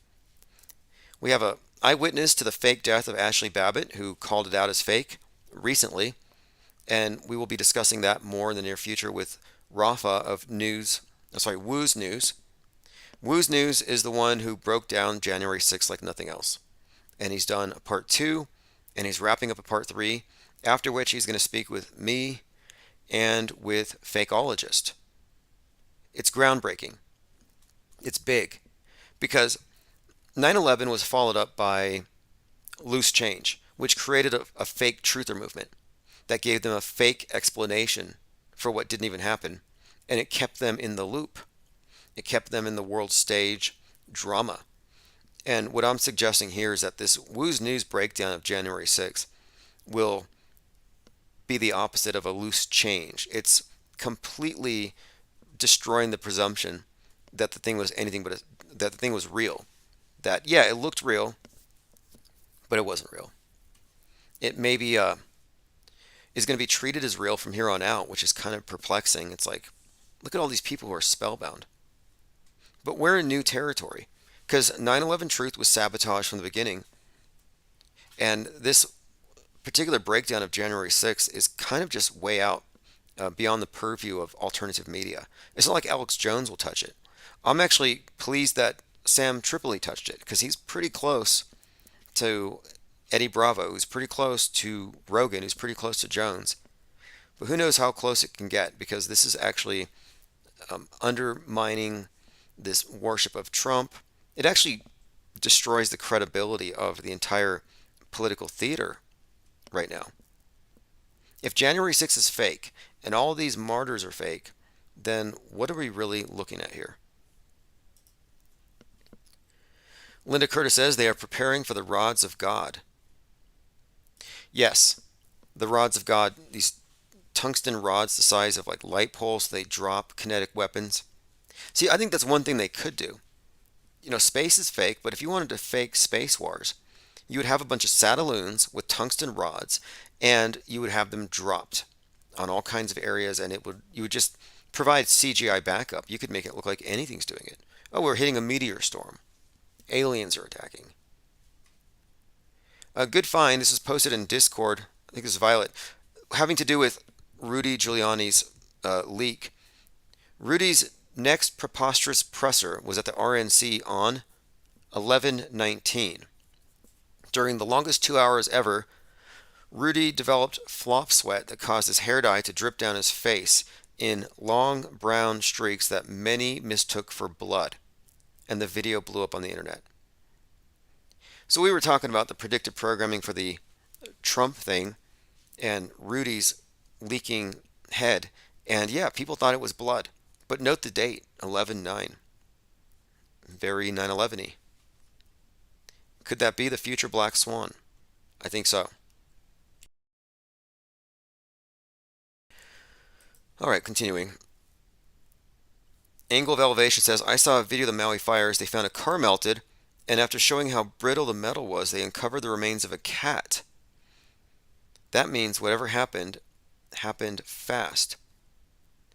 I think I saw that one where he was pulling back on this metal and you saw what looked to be, it looked like a gray wig. It could have been a cat or a dog. He said it smelled. But those two cars were in the middle of a parking lot that were separated from all these houses. And I thought, what would they be doing right there? I got the feeling that we were looking at prop cars. Like, imagine if you had access to the prop department for The Walking Dead. You could fake a Maui thing in hours. You'd have trucks unload these fake burned out cars. I think it's all staged, like the Boston bombing or 9/11. I don't believe it's real. I think it's fakeable. Let's ask this question. Was Maui fakeable? Was there anything that happened that could not have been faked? That's a very important question to ask, because if it's fakeable and it has all the hallmarks of being a hoax and there's reasons for it to be faked, if there's political utility to it, then of course they would. And there's enough predictive programming for this to be, I think, construed as a guardrail, the whole idea of direct energy weapons. I mean, even Mountain Dew, Maui Blast, it's too perfect. Lean Dion says, selective arson on the ground. Props and CGI. Yes, you got selective arson, props, CGI, and you have actors. You have live streaming actors who are able to go out there and verify for their particular audience, who are prepared to say, no, it's not climate change, it's sci-fi. Skill says, the physics of fire and the melting point of truth. Maybe it's just movie magic. People say that the moon landing, is like the culmination of, years of research, science, and physics. No, actually movie magic, not science, is what got us to the moon. But it's definitely fakeable. And I think it's entirely plausible that they would construct these things. Hey, look at this. Jake the Asshole said, I specifically made a video about how these two cars look like stage props. Meanwhile, Hawaii real estate guy is leading everyone to think it's a do attack. Exactly. I knew you would see sense in this. I kind of thought the same thing myself. These guys here are shills. Jake says, I got called a shill and a fed for suggesting there's no do attack. Interesting. Well, I want to point out that anytime there's a bifurcated psyop where left thinks it's climate change and right thinks it's fill in the blank, or it's always like this, then it's controlled. The left blames climate change for everything. School shootings, Maui, COVID, even earthquakes, they're starting to blame on climate change. It's their universal scapegoat, and it's their angry God, basically. God's mad. Gaia's mad. Angle of Elevation says CGI forest fires. Right.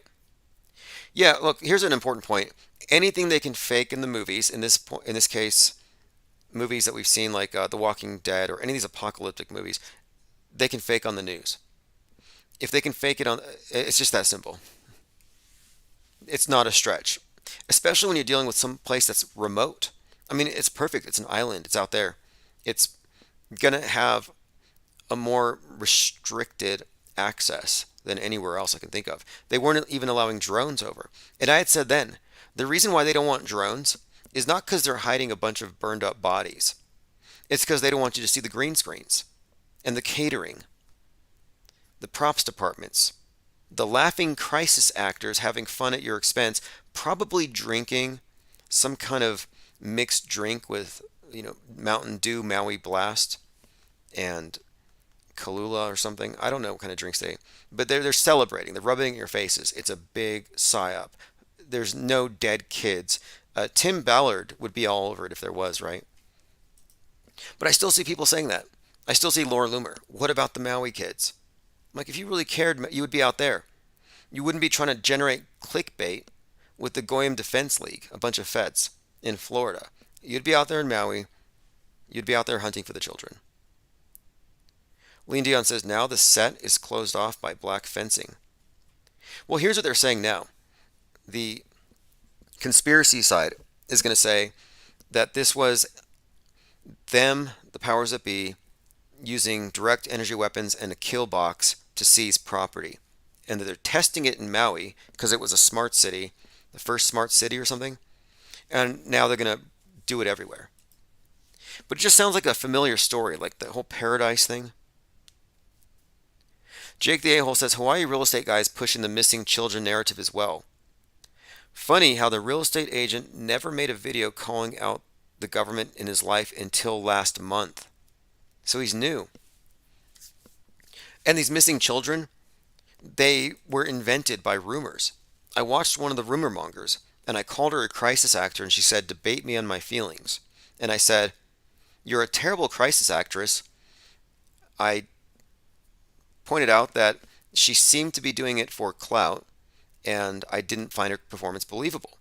And she said something like, actually she blocked me, but she says something to the effect of that these children were in school and they were let go, and then the fires happened. So she was implying that there was some plot to kill all the children, that they were walking home from school and their parents weren't there and they all got incinerated. But then where are the parents? Where are the grandparents? Where are the relatives? You're telling me there's 1,000 missing children. But they keep talking about this, and I thought, Sound of Freedom was just 2 months ago, and you were all worried about these missing children that were being trafficked through the border. But now you just moved on to the next shining object. So I realized that, quote, missing children is a hoax. Like, there are missing children, I'm sure, but the group of this, like, anonymous group of missing children is sort of a cause. Sort of like the AR-15 victims that the left is always railing about. They're always talking about the missing children, all these school shootings. Well, if you add them up, how many fake dead kids are there? We should get a body count of fake dead kids from all the fake shootings. And those children don't exist. The Maui children do not exist. The adrenochrome farms, the children that are farmed for their adrenochrome, don't exist. Of course, by saying so, now I am, of course, an adrenochrome junkie that likes to zap children with lasers. Like, they don't let you not agree with them because they're, of course, assuming a moral high ground. Okay, let's continue. Commenter Jake the A-hole says, a millionaire real estate agent is now the go-to guy for Maui D evidence. Exactly. The Maui Do evidence guy is a millionaire real estate agent who is now something of an influencer, and all of his talking points align with the same type of guardrail explanation we saw with these previous fires. I think he's an actor. Lean Dion says, any missing people have been relocated with PSYOP rewards, I estimate. Well, this is another thing too, is you can't find kids that don't exist. So you can never be proven wrong. You can crusade for the missing Maui children, raise money, and build an organization, and you will never be debunked because they never existed. It's not falsifiable. It's very similar to what I believe he was a Side Thorn journalist did. He went around to 33 different school shooting sites, and at each one he put up an award and he said, I'll give $100,000 to anybody who can show me evidence of a dead kid. Well, nobody was able to produce it because they don't exist. And I thought, well, maybe it wasn't meant to succeed. Maybe the $100,000 reward was never meant to be given out to anybody because you couldn't possibly solve the problem in that manner. You could take $100,000 and say, were you a crisis actor? I'll give you $100,000 to talk about it. That would actually yield something because you can prove crisis actors exist. You cannot prove the existence of fake dead kids. David Hogg exists, but the victims of Nick Cruz, they may have existed previously in name and in pictures, but the characters don't actually exist. Dave Hogg doesn't exist in the conventional sense. It's almost like time travelers. Imagine if you met someone who traveled from the future, from a parallel timeline. They didn't exist, now they do. That's kind of what happens when they take a TV character, a character who exists on the news, a scripted character, or even like a spy with a fake backstory, and you insert them into the timeline of the world stage with their fake backstory. And then you integrate them, and they're treated as though they always existed. It's kind of fascinating how they're able to infiltrate from the screen and pull them out of the screen and bring them into reality. They have fused fiction and reality. I think this is truly the meaning of the monolith in 2001 Space Odyssey, the merging with the monolith.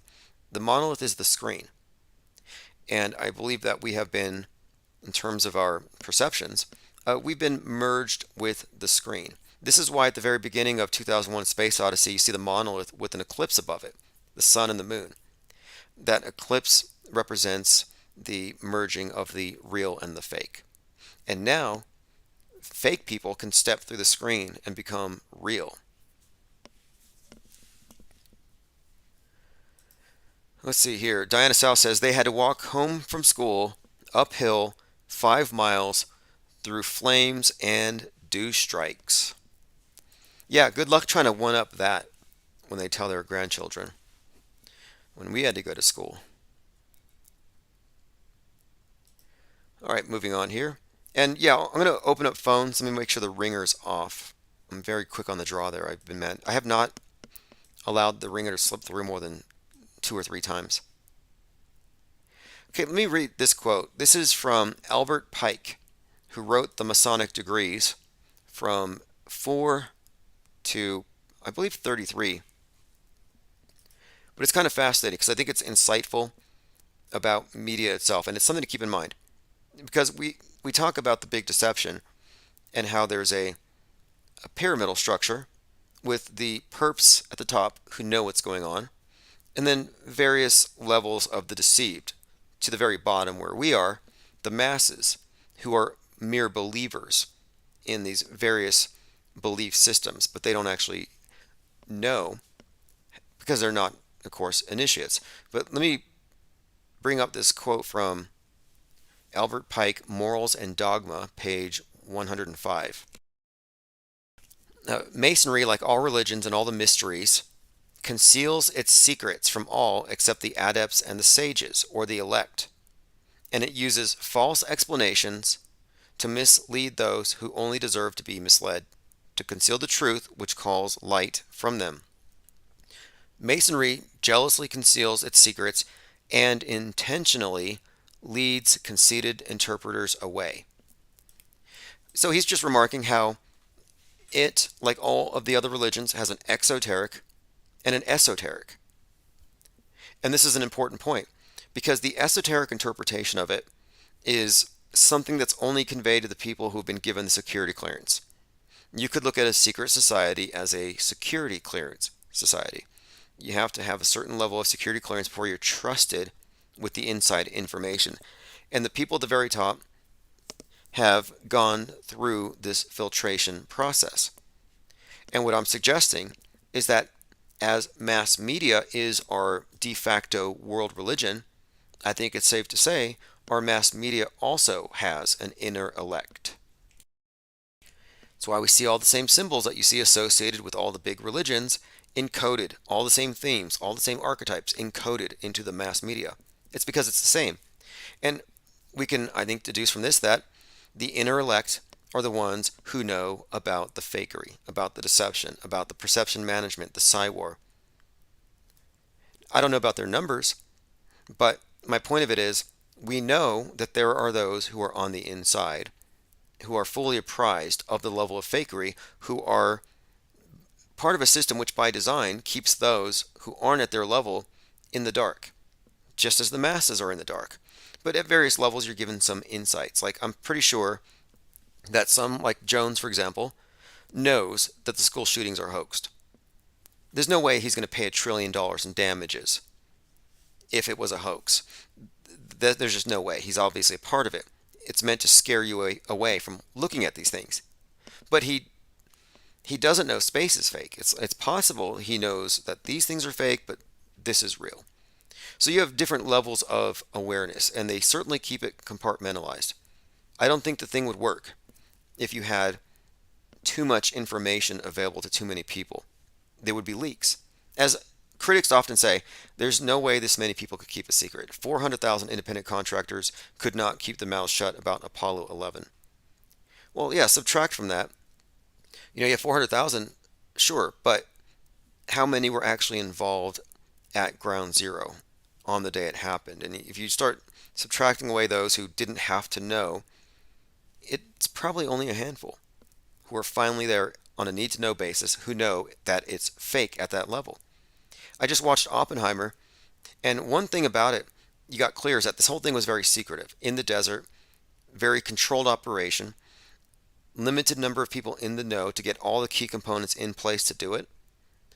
That is a filter of the number of people who could possibly leak the truth if it was faked. And it's definitely fakeable. So if you just think about it, how many people are involved in this project in total versus how many know it's fake? It's got to be a huge disparity. Again, I want to point out though, anyone who kneels to the mushroom cloud is on Team New World Order because it's their main god. Next to Angry Gaia, I would say the mushroom cloud is like their next. I guess maybe Gaia's the female, maybe the nuke is the male. But you have these angry gods that they use to threaten the population. And if you're following a truther channel, that still respects the mushroom cloud as a world annihilating weapon. Yeah, they're still believers in this other system. Like, they're not really in the truth. There's a point where you have to ask, is this person an agent or a dupe?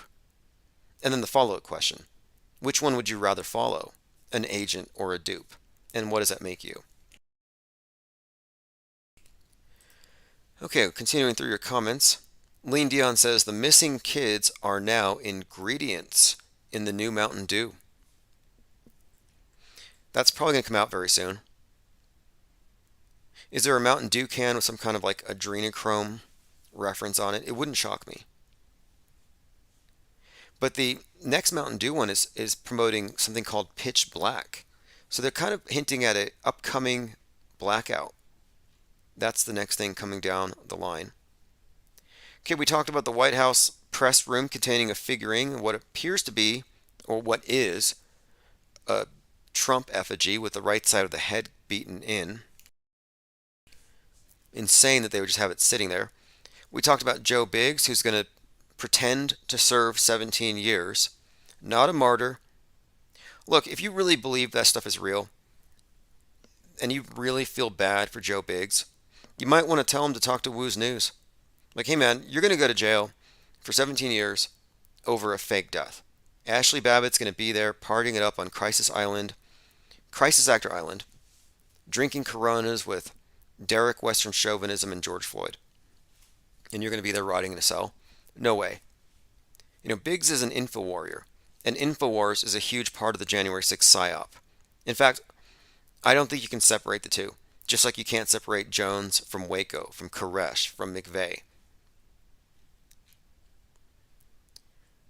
This is a meme I found. Imagination is the portal to all realities.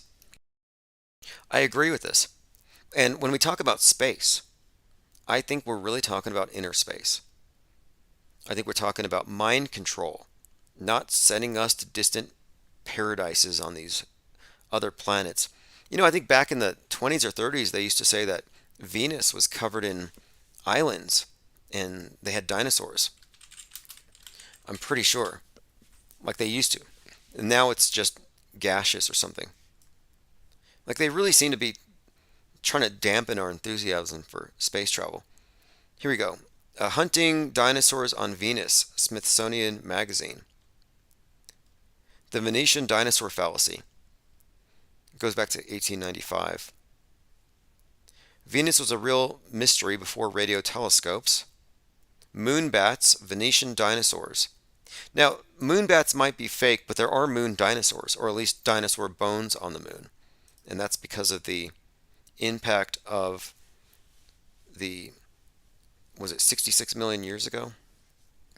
The big rock that killed the dinos actually splattered their guts and bones all over the moon, according to science. But anyway, imagination is the portal to all realities. I think what we're talking about here is the ability of the mind to form hypotheticals, to use reason, to be more selective about the realities that we opt into, about exercising individual will and perception. And I think what they do with the imagination is they want to box it in so you don't conceptualize things that you might act upon if those are things that they haven't already co-opted, if those are things that are out of reach. Like I've noticed that all science fiction reinforces all of the major propaganda programming. And it's because they want to keep your imaginations trained on their specific realities. They want you going through their portals. Daydreaming, for example, is frowned upon. And I think what we're talking about here is with mind control ultimately is about the will itself and how it's exercised, of course, by the use of the imaginative faculties. Visionaries, for example, requires a lot of free will and time, I guess, but this form of thinking that may go outside the box and may incite others to do the same. Seems like there's a lot of effort to control that. Try to get published or try to get a movie produced. If it's in the science fiction realm, if it doesn't assume from the starting point that the 20th century ended Gaia, that toxic masculinity and capitalism wasn't the death of man.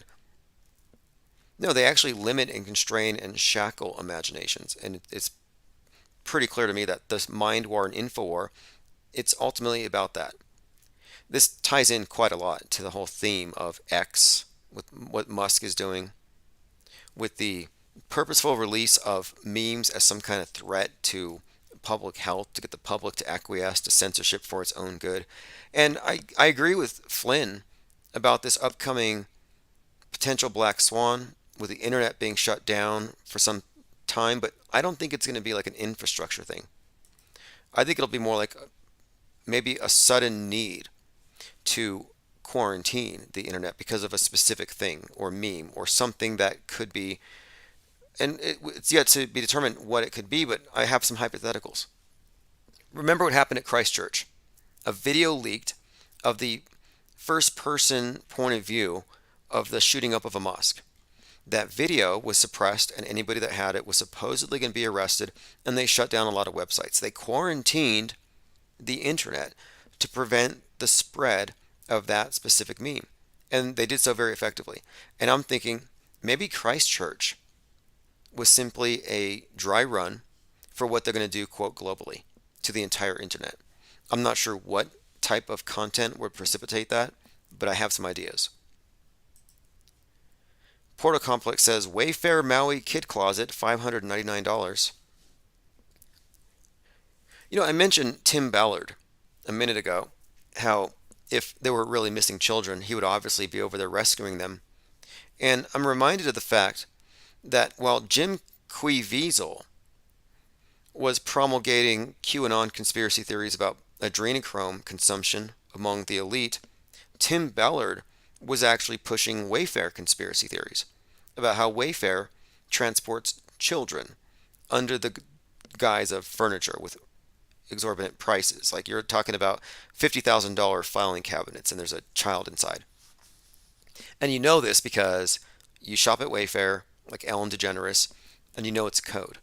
Yeah, I'll take the filing cabinet named Brenda for 66,000, please. And then presumably you get some child with it. Yeah, it sounds absurd, but Tim Ballard was saying it was true. And in his movie Sound of Freedom, they had these barges that had those big crates that Wayfair uses, that Wayfair conspiracy theorists were actually saying was were being used for transporting children. I think they made the movie Sound of Freedom to bolster the credibility of QAnon's claims. I think that's really the entire purpose of it. And that as a propaganda piece, it would have been effective had they released it on time. But I think the 5-year delay kind of killed the effectiveness of it. And that's why they gave up on those missing children. Like nobody cares about them anymore. That's why the Maui children thing is their next shiny thing. And, actually, I brought this up on Twitter, and someone said to me, how do you know that Tim Ballard isn't in Maui rescuing children? Maybe he just doesn't want to say it in public because it will compromise the integrity of the operation. So I'm thinking, wow, this person is willing to entertain the idea that hypothetically it's likely that Tim Ballard is in fact right now rescuing the Maui children. I'm like, yeah, let's just give him the benefit of the doubt. Based on what? Hopium, I guess. But I actually took it a step further, and I went to ChatGPT and I generated some fan fiction about Tim Ballard rescuing children in Maui, and I sent it to the person. They didn't write back. But I did it to make the point that what we're seeing is actually just a lot of fan fiction. And if you don't know what fanfic is, it's where there's some celebrity that you know of, and you imagine they're doing things that they're not, and you write about it, and other people find it entertaining, and then they write about it, and soon you have this body of fiction about these people where it's almost like an alternate reality, like a soap opera, but it's more of a do-it-yourself. And I've seen this phenomenon with JFK Jr., and I don't think it's a coincidence. If you look at the demographics, look at the age breakdown of the MAGAs, and then look at the age of JFK Jr., and I think that they're actually using the marketing tactic of sex appeal, and they're selling JFK Jr. to all these MAGA women, who are many of the influencers. And I think it's true because I've even seen them fawning over Juan O'Savin, Vincent Fuchsia, Negative 48. Any of these cult leaders that claim to be close to JFK Jr. basically got groupies. That's why when Negative 48 crashed on his motorcycle, I'm like, well, he had a good run those last few years. He lived like a rock star, basically living under this illusion that people bought into, that he was somehow connected to the JFK Jr. and the Q movement, and that he was going to be instrumental in this awakening. But yeah, totally an example of fan fiction run amok, where they're believing their own mythologies. Okay, let's continue.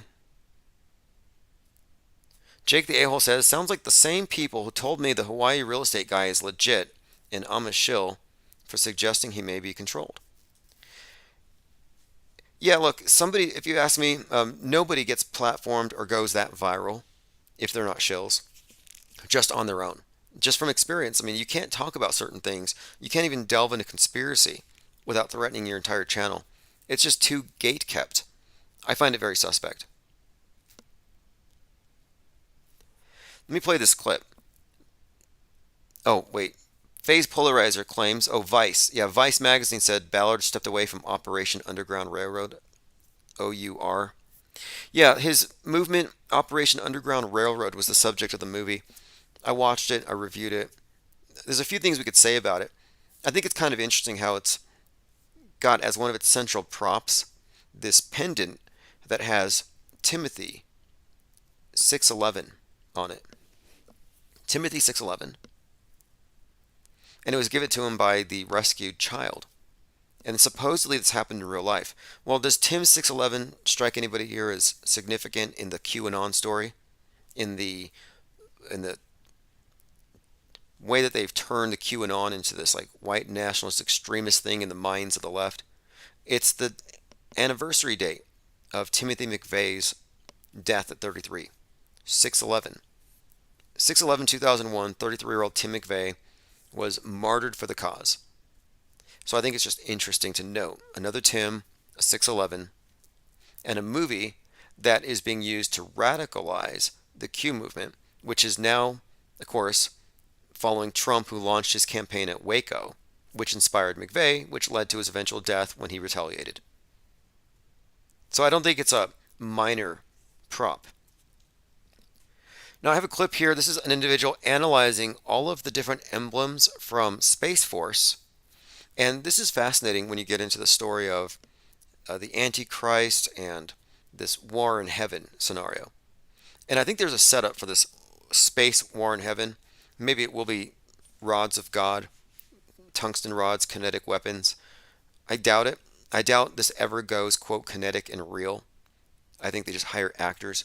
But let me play this clip because this is pretty interesting. We were talking about the Space Force logos the other day, and there's this one, you turn it upside down, and it's like the Space Force craft now looks like a Baphomet head. And I was bringing up how, use the Force, Star Wars. A Force has to do with the willpower and the mind and mind control. So I've been saying that, Space Force, like NASA, like all the private space agencies, it's all about controlling your will, your mind. Space is code for the space between your ears. So again, here is an explanation and breakdown of Space Force's main symbols, and it's pretty much all apocalyptic. About these Space Force logos. Are you kidding me? Here's number 13, lucky number 13. Revelation 13 talks about a beast rising from the sea. So we got Moloch coming out of the hole in the earth, probably the sea. Let's keep looking. We got the bear from Daniel 7, obviously, he's got a key. Bottomless pit? Probably. We got number 5, fifth seal. I saw Satan fall like lightning from heaven. Yeah, I guess the bear's got the key though. Let's keep going. Ooh, number 4, Illuminati eyeball. We got 2 lightning bolts. This is not Unit 666, believe it or not. Let's actually look at Unit 6 right now.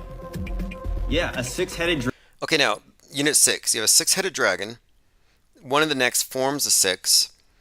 And then you have 6 claws. And that is a 6-sided polygon, a hexagon. All kinds of 666s in this one. Dragon. Making a 6 with 6s all over the place. And a hexagon. Yeah. Yeah, the music is unnecessary.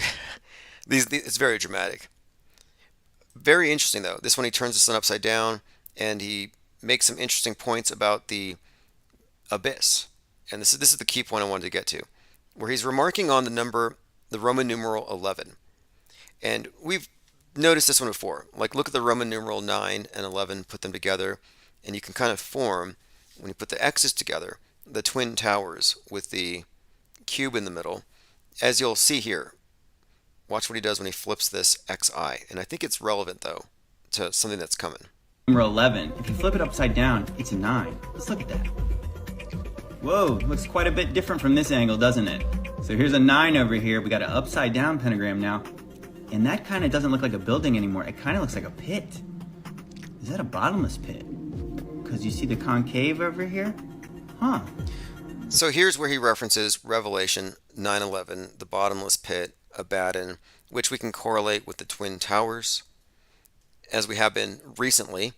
And I do think that there's quite a lot here, all suggestive of the nuke having to be somehow connected with the destroyer in the abyss, a water-based attack coming from the sea.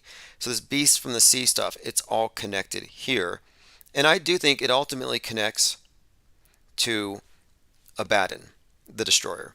And the word destroyer is used very emphatically in Oppenheimer.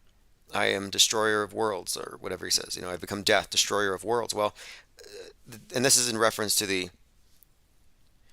Manhattan Project, and as they're detonating it, he says this, and I'm thinking, wait, Destroyer, Abaddon, the thing from the abyss, Abaddon. And you'll notice in the last few weeks they've been calling Trump a Don. And this reference to the king over the abyss does tie in to Revelation 13, the head wound, 13:3. It's all packed in there, and it all ties into Space Force. And I think what he ties it up with is that this is all somehow connected to some incoming war on heaven.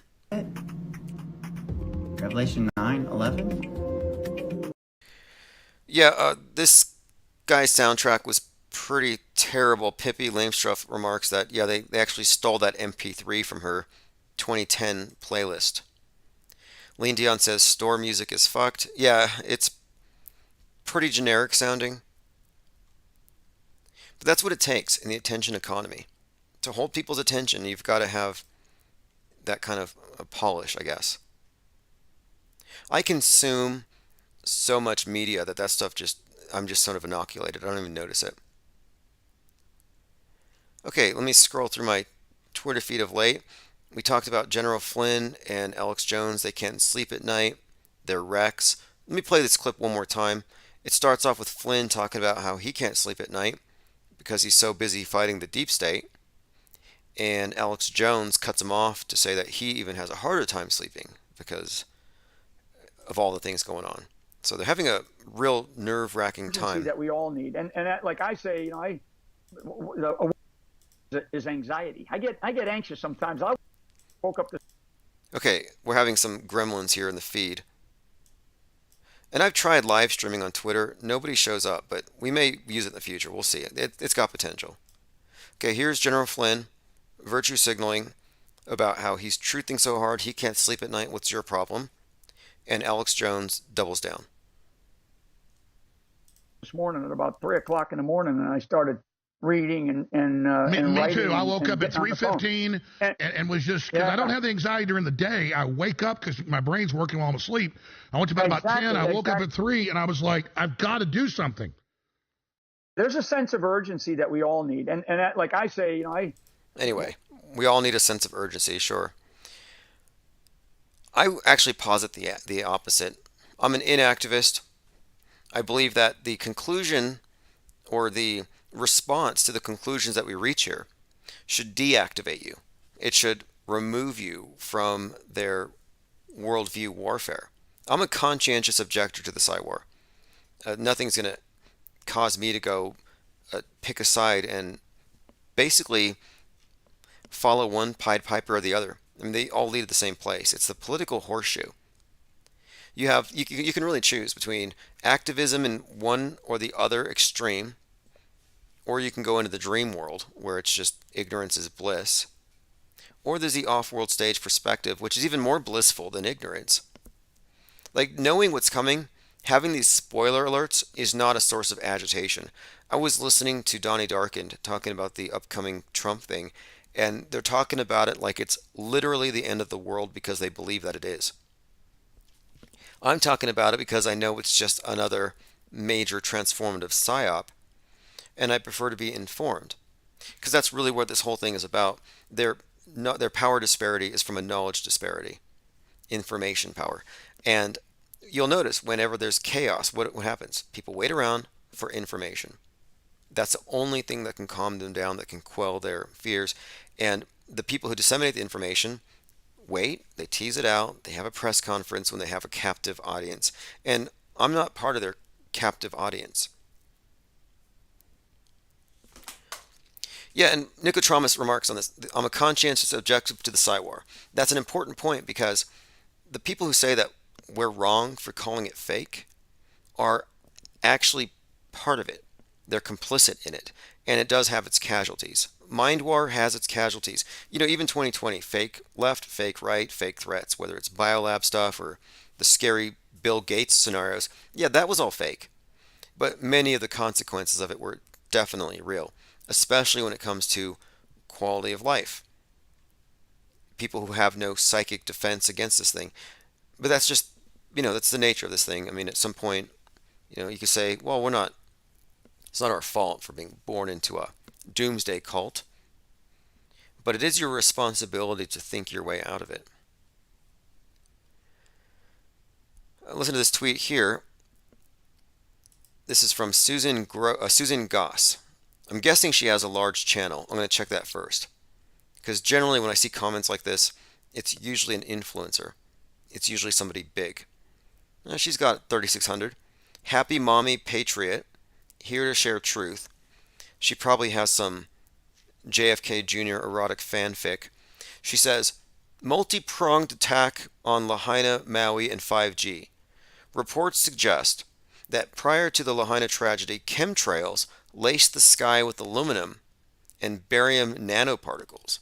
This poised the smart city to react to the 5G and the dew and the transformer bombs and the exploding power lines.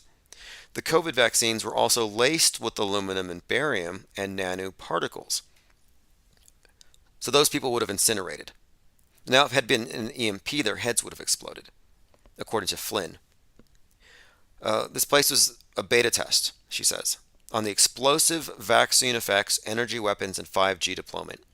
So 5G deployed around people who've been inundated with chemtrails laced with aluminum and barium and with their own, what is this here? Unbelievable. Their own smart city just caused them all to incinerate, like putting an aluminum foil ball in the microwave. It says when the chaos ensued, Maui was the black swan. This was the epicenter of a deep state attack on the 15th Space Surveillance Squadron of the Maui Space Surveillance Complex. This was a calculated attack aimed at crippling or dismantling the national security installation. The Space Force was months ahead in that they had been prepared and they moved their vital equipment and they left behind decoys. Many people may not understand that an attack on the Space Force is an attack on national security. This was posted by a Patrick Kennedy 777. There should be a label on here. Like, you know, when you were watching different news programs, they used to say a dramatic reenactment. Like, even they give you some kind of a notice here. This is fake. They need to have some kind of postings on here that say, warning, fan fiction ahead. Because everything I'm seeing from these QAnon Kennedy worshippers is just fan fiction. That this was some kind of secret attack on a Space Force installation by the deep state, but luckily it was a decoy.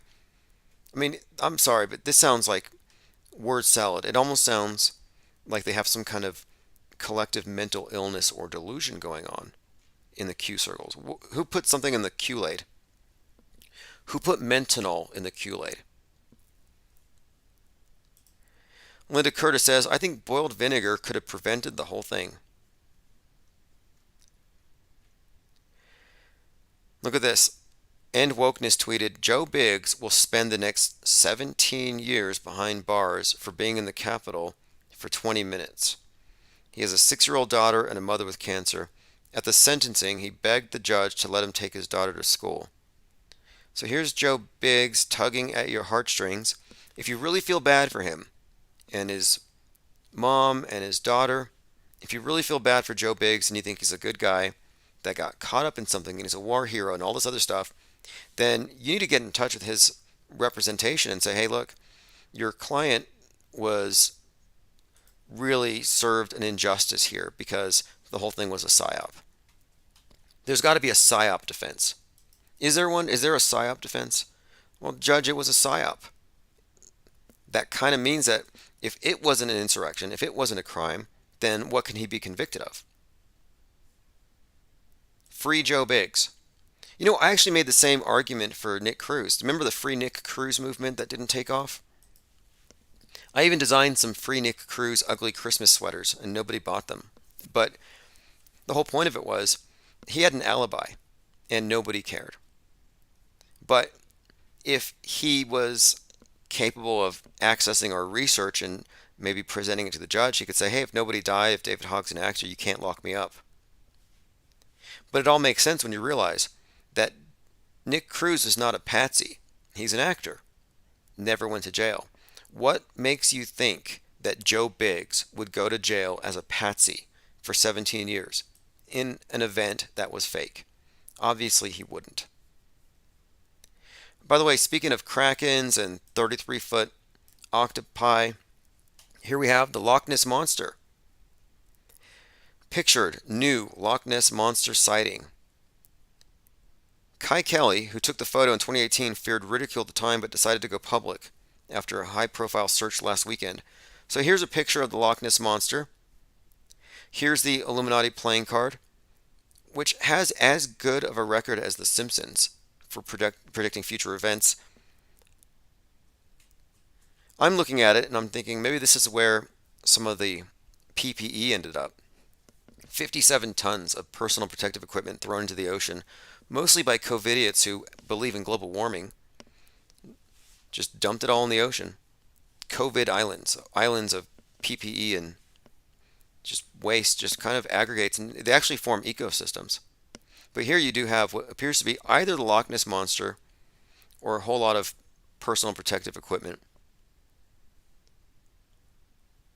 But Loch Ness Monster, I'm suggesting here, is likely a tie-in to this Kraken narrative. And by the way, on 11/3 of this year, it will be the 69th anniversary of Godzilla. Well, 69, that's the crab, that's Cancer, that's the Kraken.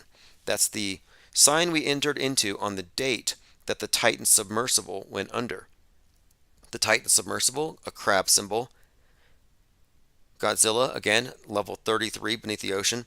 But the 69th anniversary of Godzilla, his birthday on 11/3, the Kraken Day, no less, the day that the One World Trade Tower opened, and it rose. You know, the whole idea of the towers fell and the new one rises up. Godzilla rising up on 11/3 for the latest in the Godzilla franchise, the 33rd by that company, the 37th in total.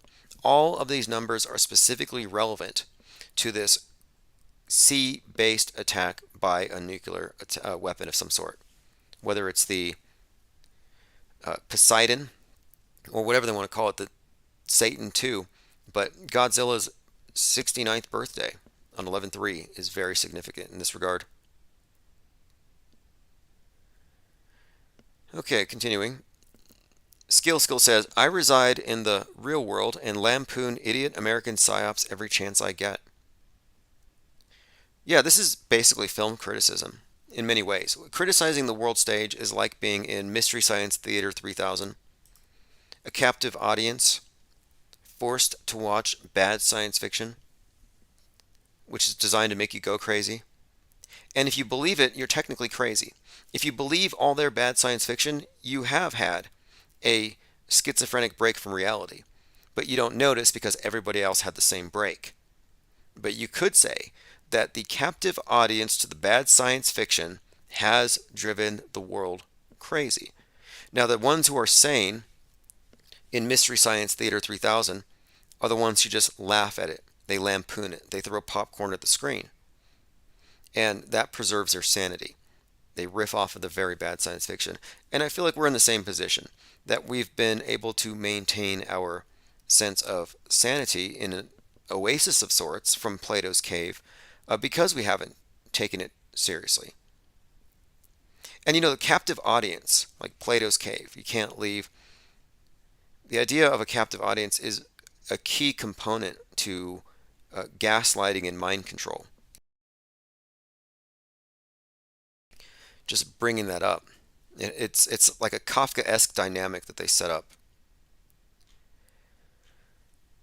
Okay, yesterday we debunked the Mandela effect. That'll be showing up in the archives from yesterday that I uploaded in case you missed it.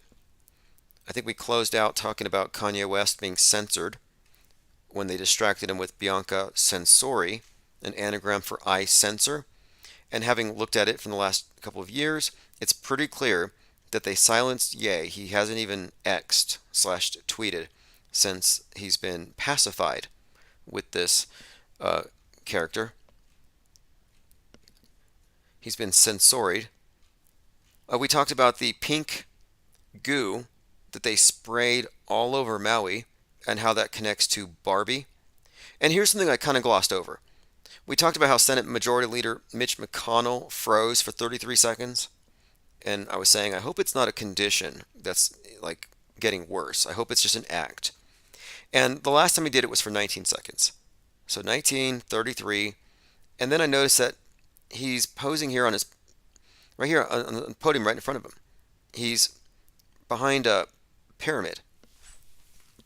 Why does Mitch McConnell have an all-seeing eye pyramid in front of him as he freezes for 33 seconds after previously freezing for 19? I mean, I have a few guesses.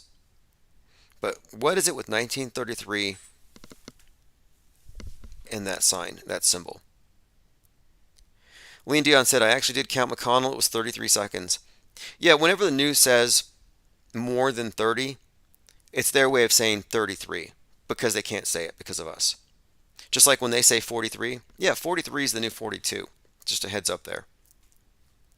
Here's a meme. It says, it's not possible to control you if you understand the game. Interesting point.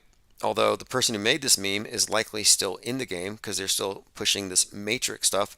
And look, the Matrix is a useful but limited analogy here. The problem with it is that the red versus blue is a false dialectic, and red is no more awake than the woke are awake. These are alternatives for people who think too deeply about stuff and question too much. But these are guardrails. These are alternative beliefs that take you no closer to the truth. In fact, they take you deeper into the dream world. I'm a dream world refusenik. Like, I refuse to accept any faulty premise that's going to have me taking some leap of faith that gets me to swallow something that really, like I said, puts you on this fictional universe, or in this world stage. But when I say fictional universe, it's like it matters that somebody still believes in fake nukes. It actually changes their entire perspective. And when you remove that from the equation, it kind of, again, undermines the importance of even following political leaders, because what are they trying to save you from? And if these things don't exist, then they're dupes or they're agents. But more importantly, it would seem that they need you to believe these things because that's what keeps you in line. So it would suggest that all political leadership that doesn't debunk the Psywar is, by all definition, controlled opposition. Now, this is an example, going back to the fake dead kids thing. I saw this meme posted that had all of the tweets from Parkland put onto a big poster. Like, I'm so scared, someone just got shot, police scanners, this person has no pulse, stay where you are. And this person is being lauded as a great visionary and artist because she put all these tweets together on a poster, reflecting a moment of time where all these children were sitting under their desks, ducking and covering, waiting for the bowl cut to come in and possibly kill them. And my response to this, and the person who posted it is published somewhere, and let me see what they go. Here it is. The Daily Tar Heel. It's the front page. She made the front page of the Daily Tar Heel. She said, and they've been printing news since the 1890s, so it's a big paper. They've been around for a long time. She said, I shed many tears while typing up these heart-wrenching text messages sent by these students. Oh, this is from UNC. Our campus was on lockdown for more than 3 hours. I am beyond proud of this cover and the team behind it. So she is very proud of the work of her team, aggregating all the tweets from these students under lockdown and then putting it on a poster. And she's letting us know that she cried, that if this wasn't digital, if this was typed on her typewriter, it would have watermarks on it. It would have tear stains on it. But because it's digital, it doesn't. So just imagine this thing is covered in tears because this gun control advocate is taking their tweets and then putting them onto this page for dramatic effect. And this is when I said, I think it's disgusting and exploitative. It seems there's nothing leftists love more than a pile of dead kids to grandstand upon. And I said, fake dead kids' lives don't matter, and the person resorted to expletives. I'm not going to read what they wrote, but I'm not making a lot of friends on Twitter. In fact, I have a few more bans and blocks under my belt here. I got blocked by a big truther channel, Broderick, I believe.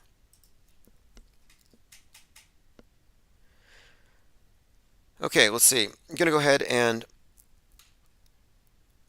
schedule for Monday. If you want to mark your calendars, we will be live at 2 p.m. Mountain Time, and there will be a crew here from the documentary team, and they want to be here for a live stream. And so I'm going to make sure I send out live stream notifications, and it will be open phones.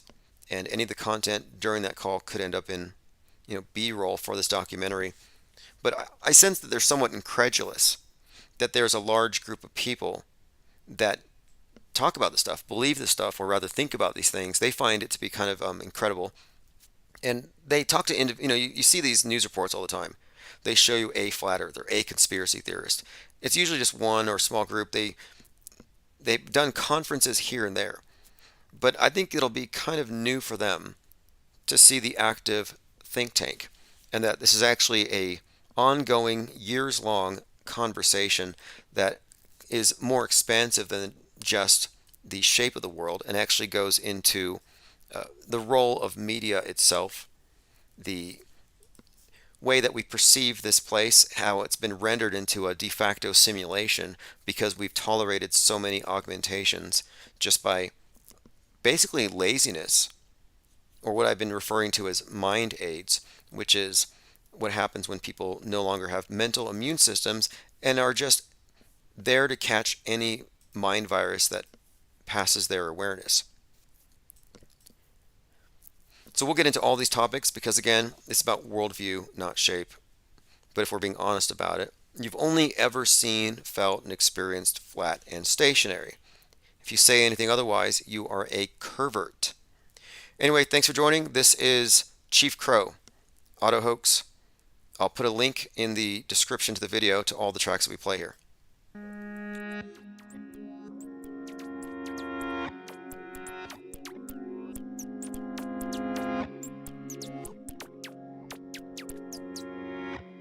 I'm on Auto Hoax and it feels so good.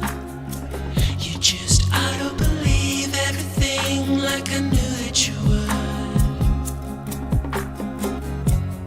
In my dream, you know I ain't got time, baby, for another crisis actor with soulless buddy, my buddy and me. Telecommunications Act of 1996. 96, y'all. Gonna filter your eyes and scrub your mind. The weatherman, he's just another bad joke.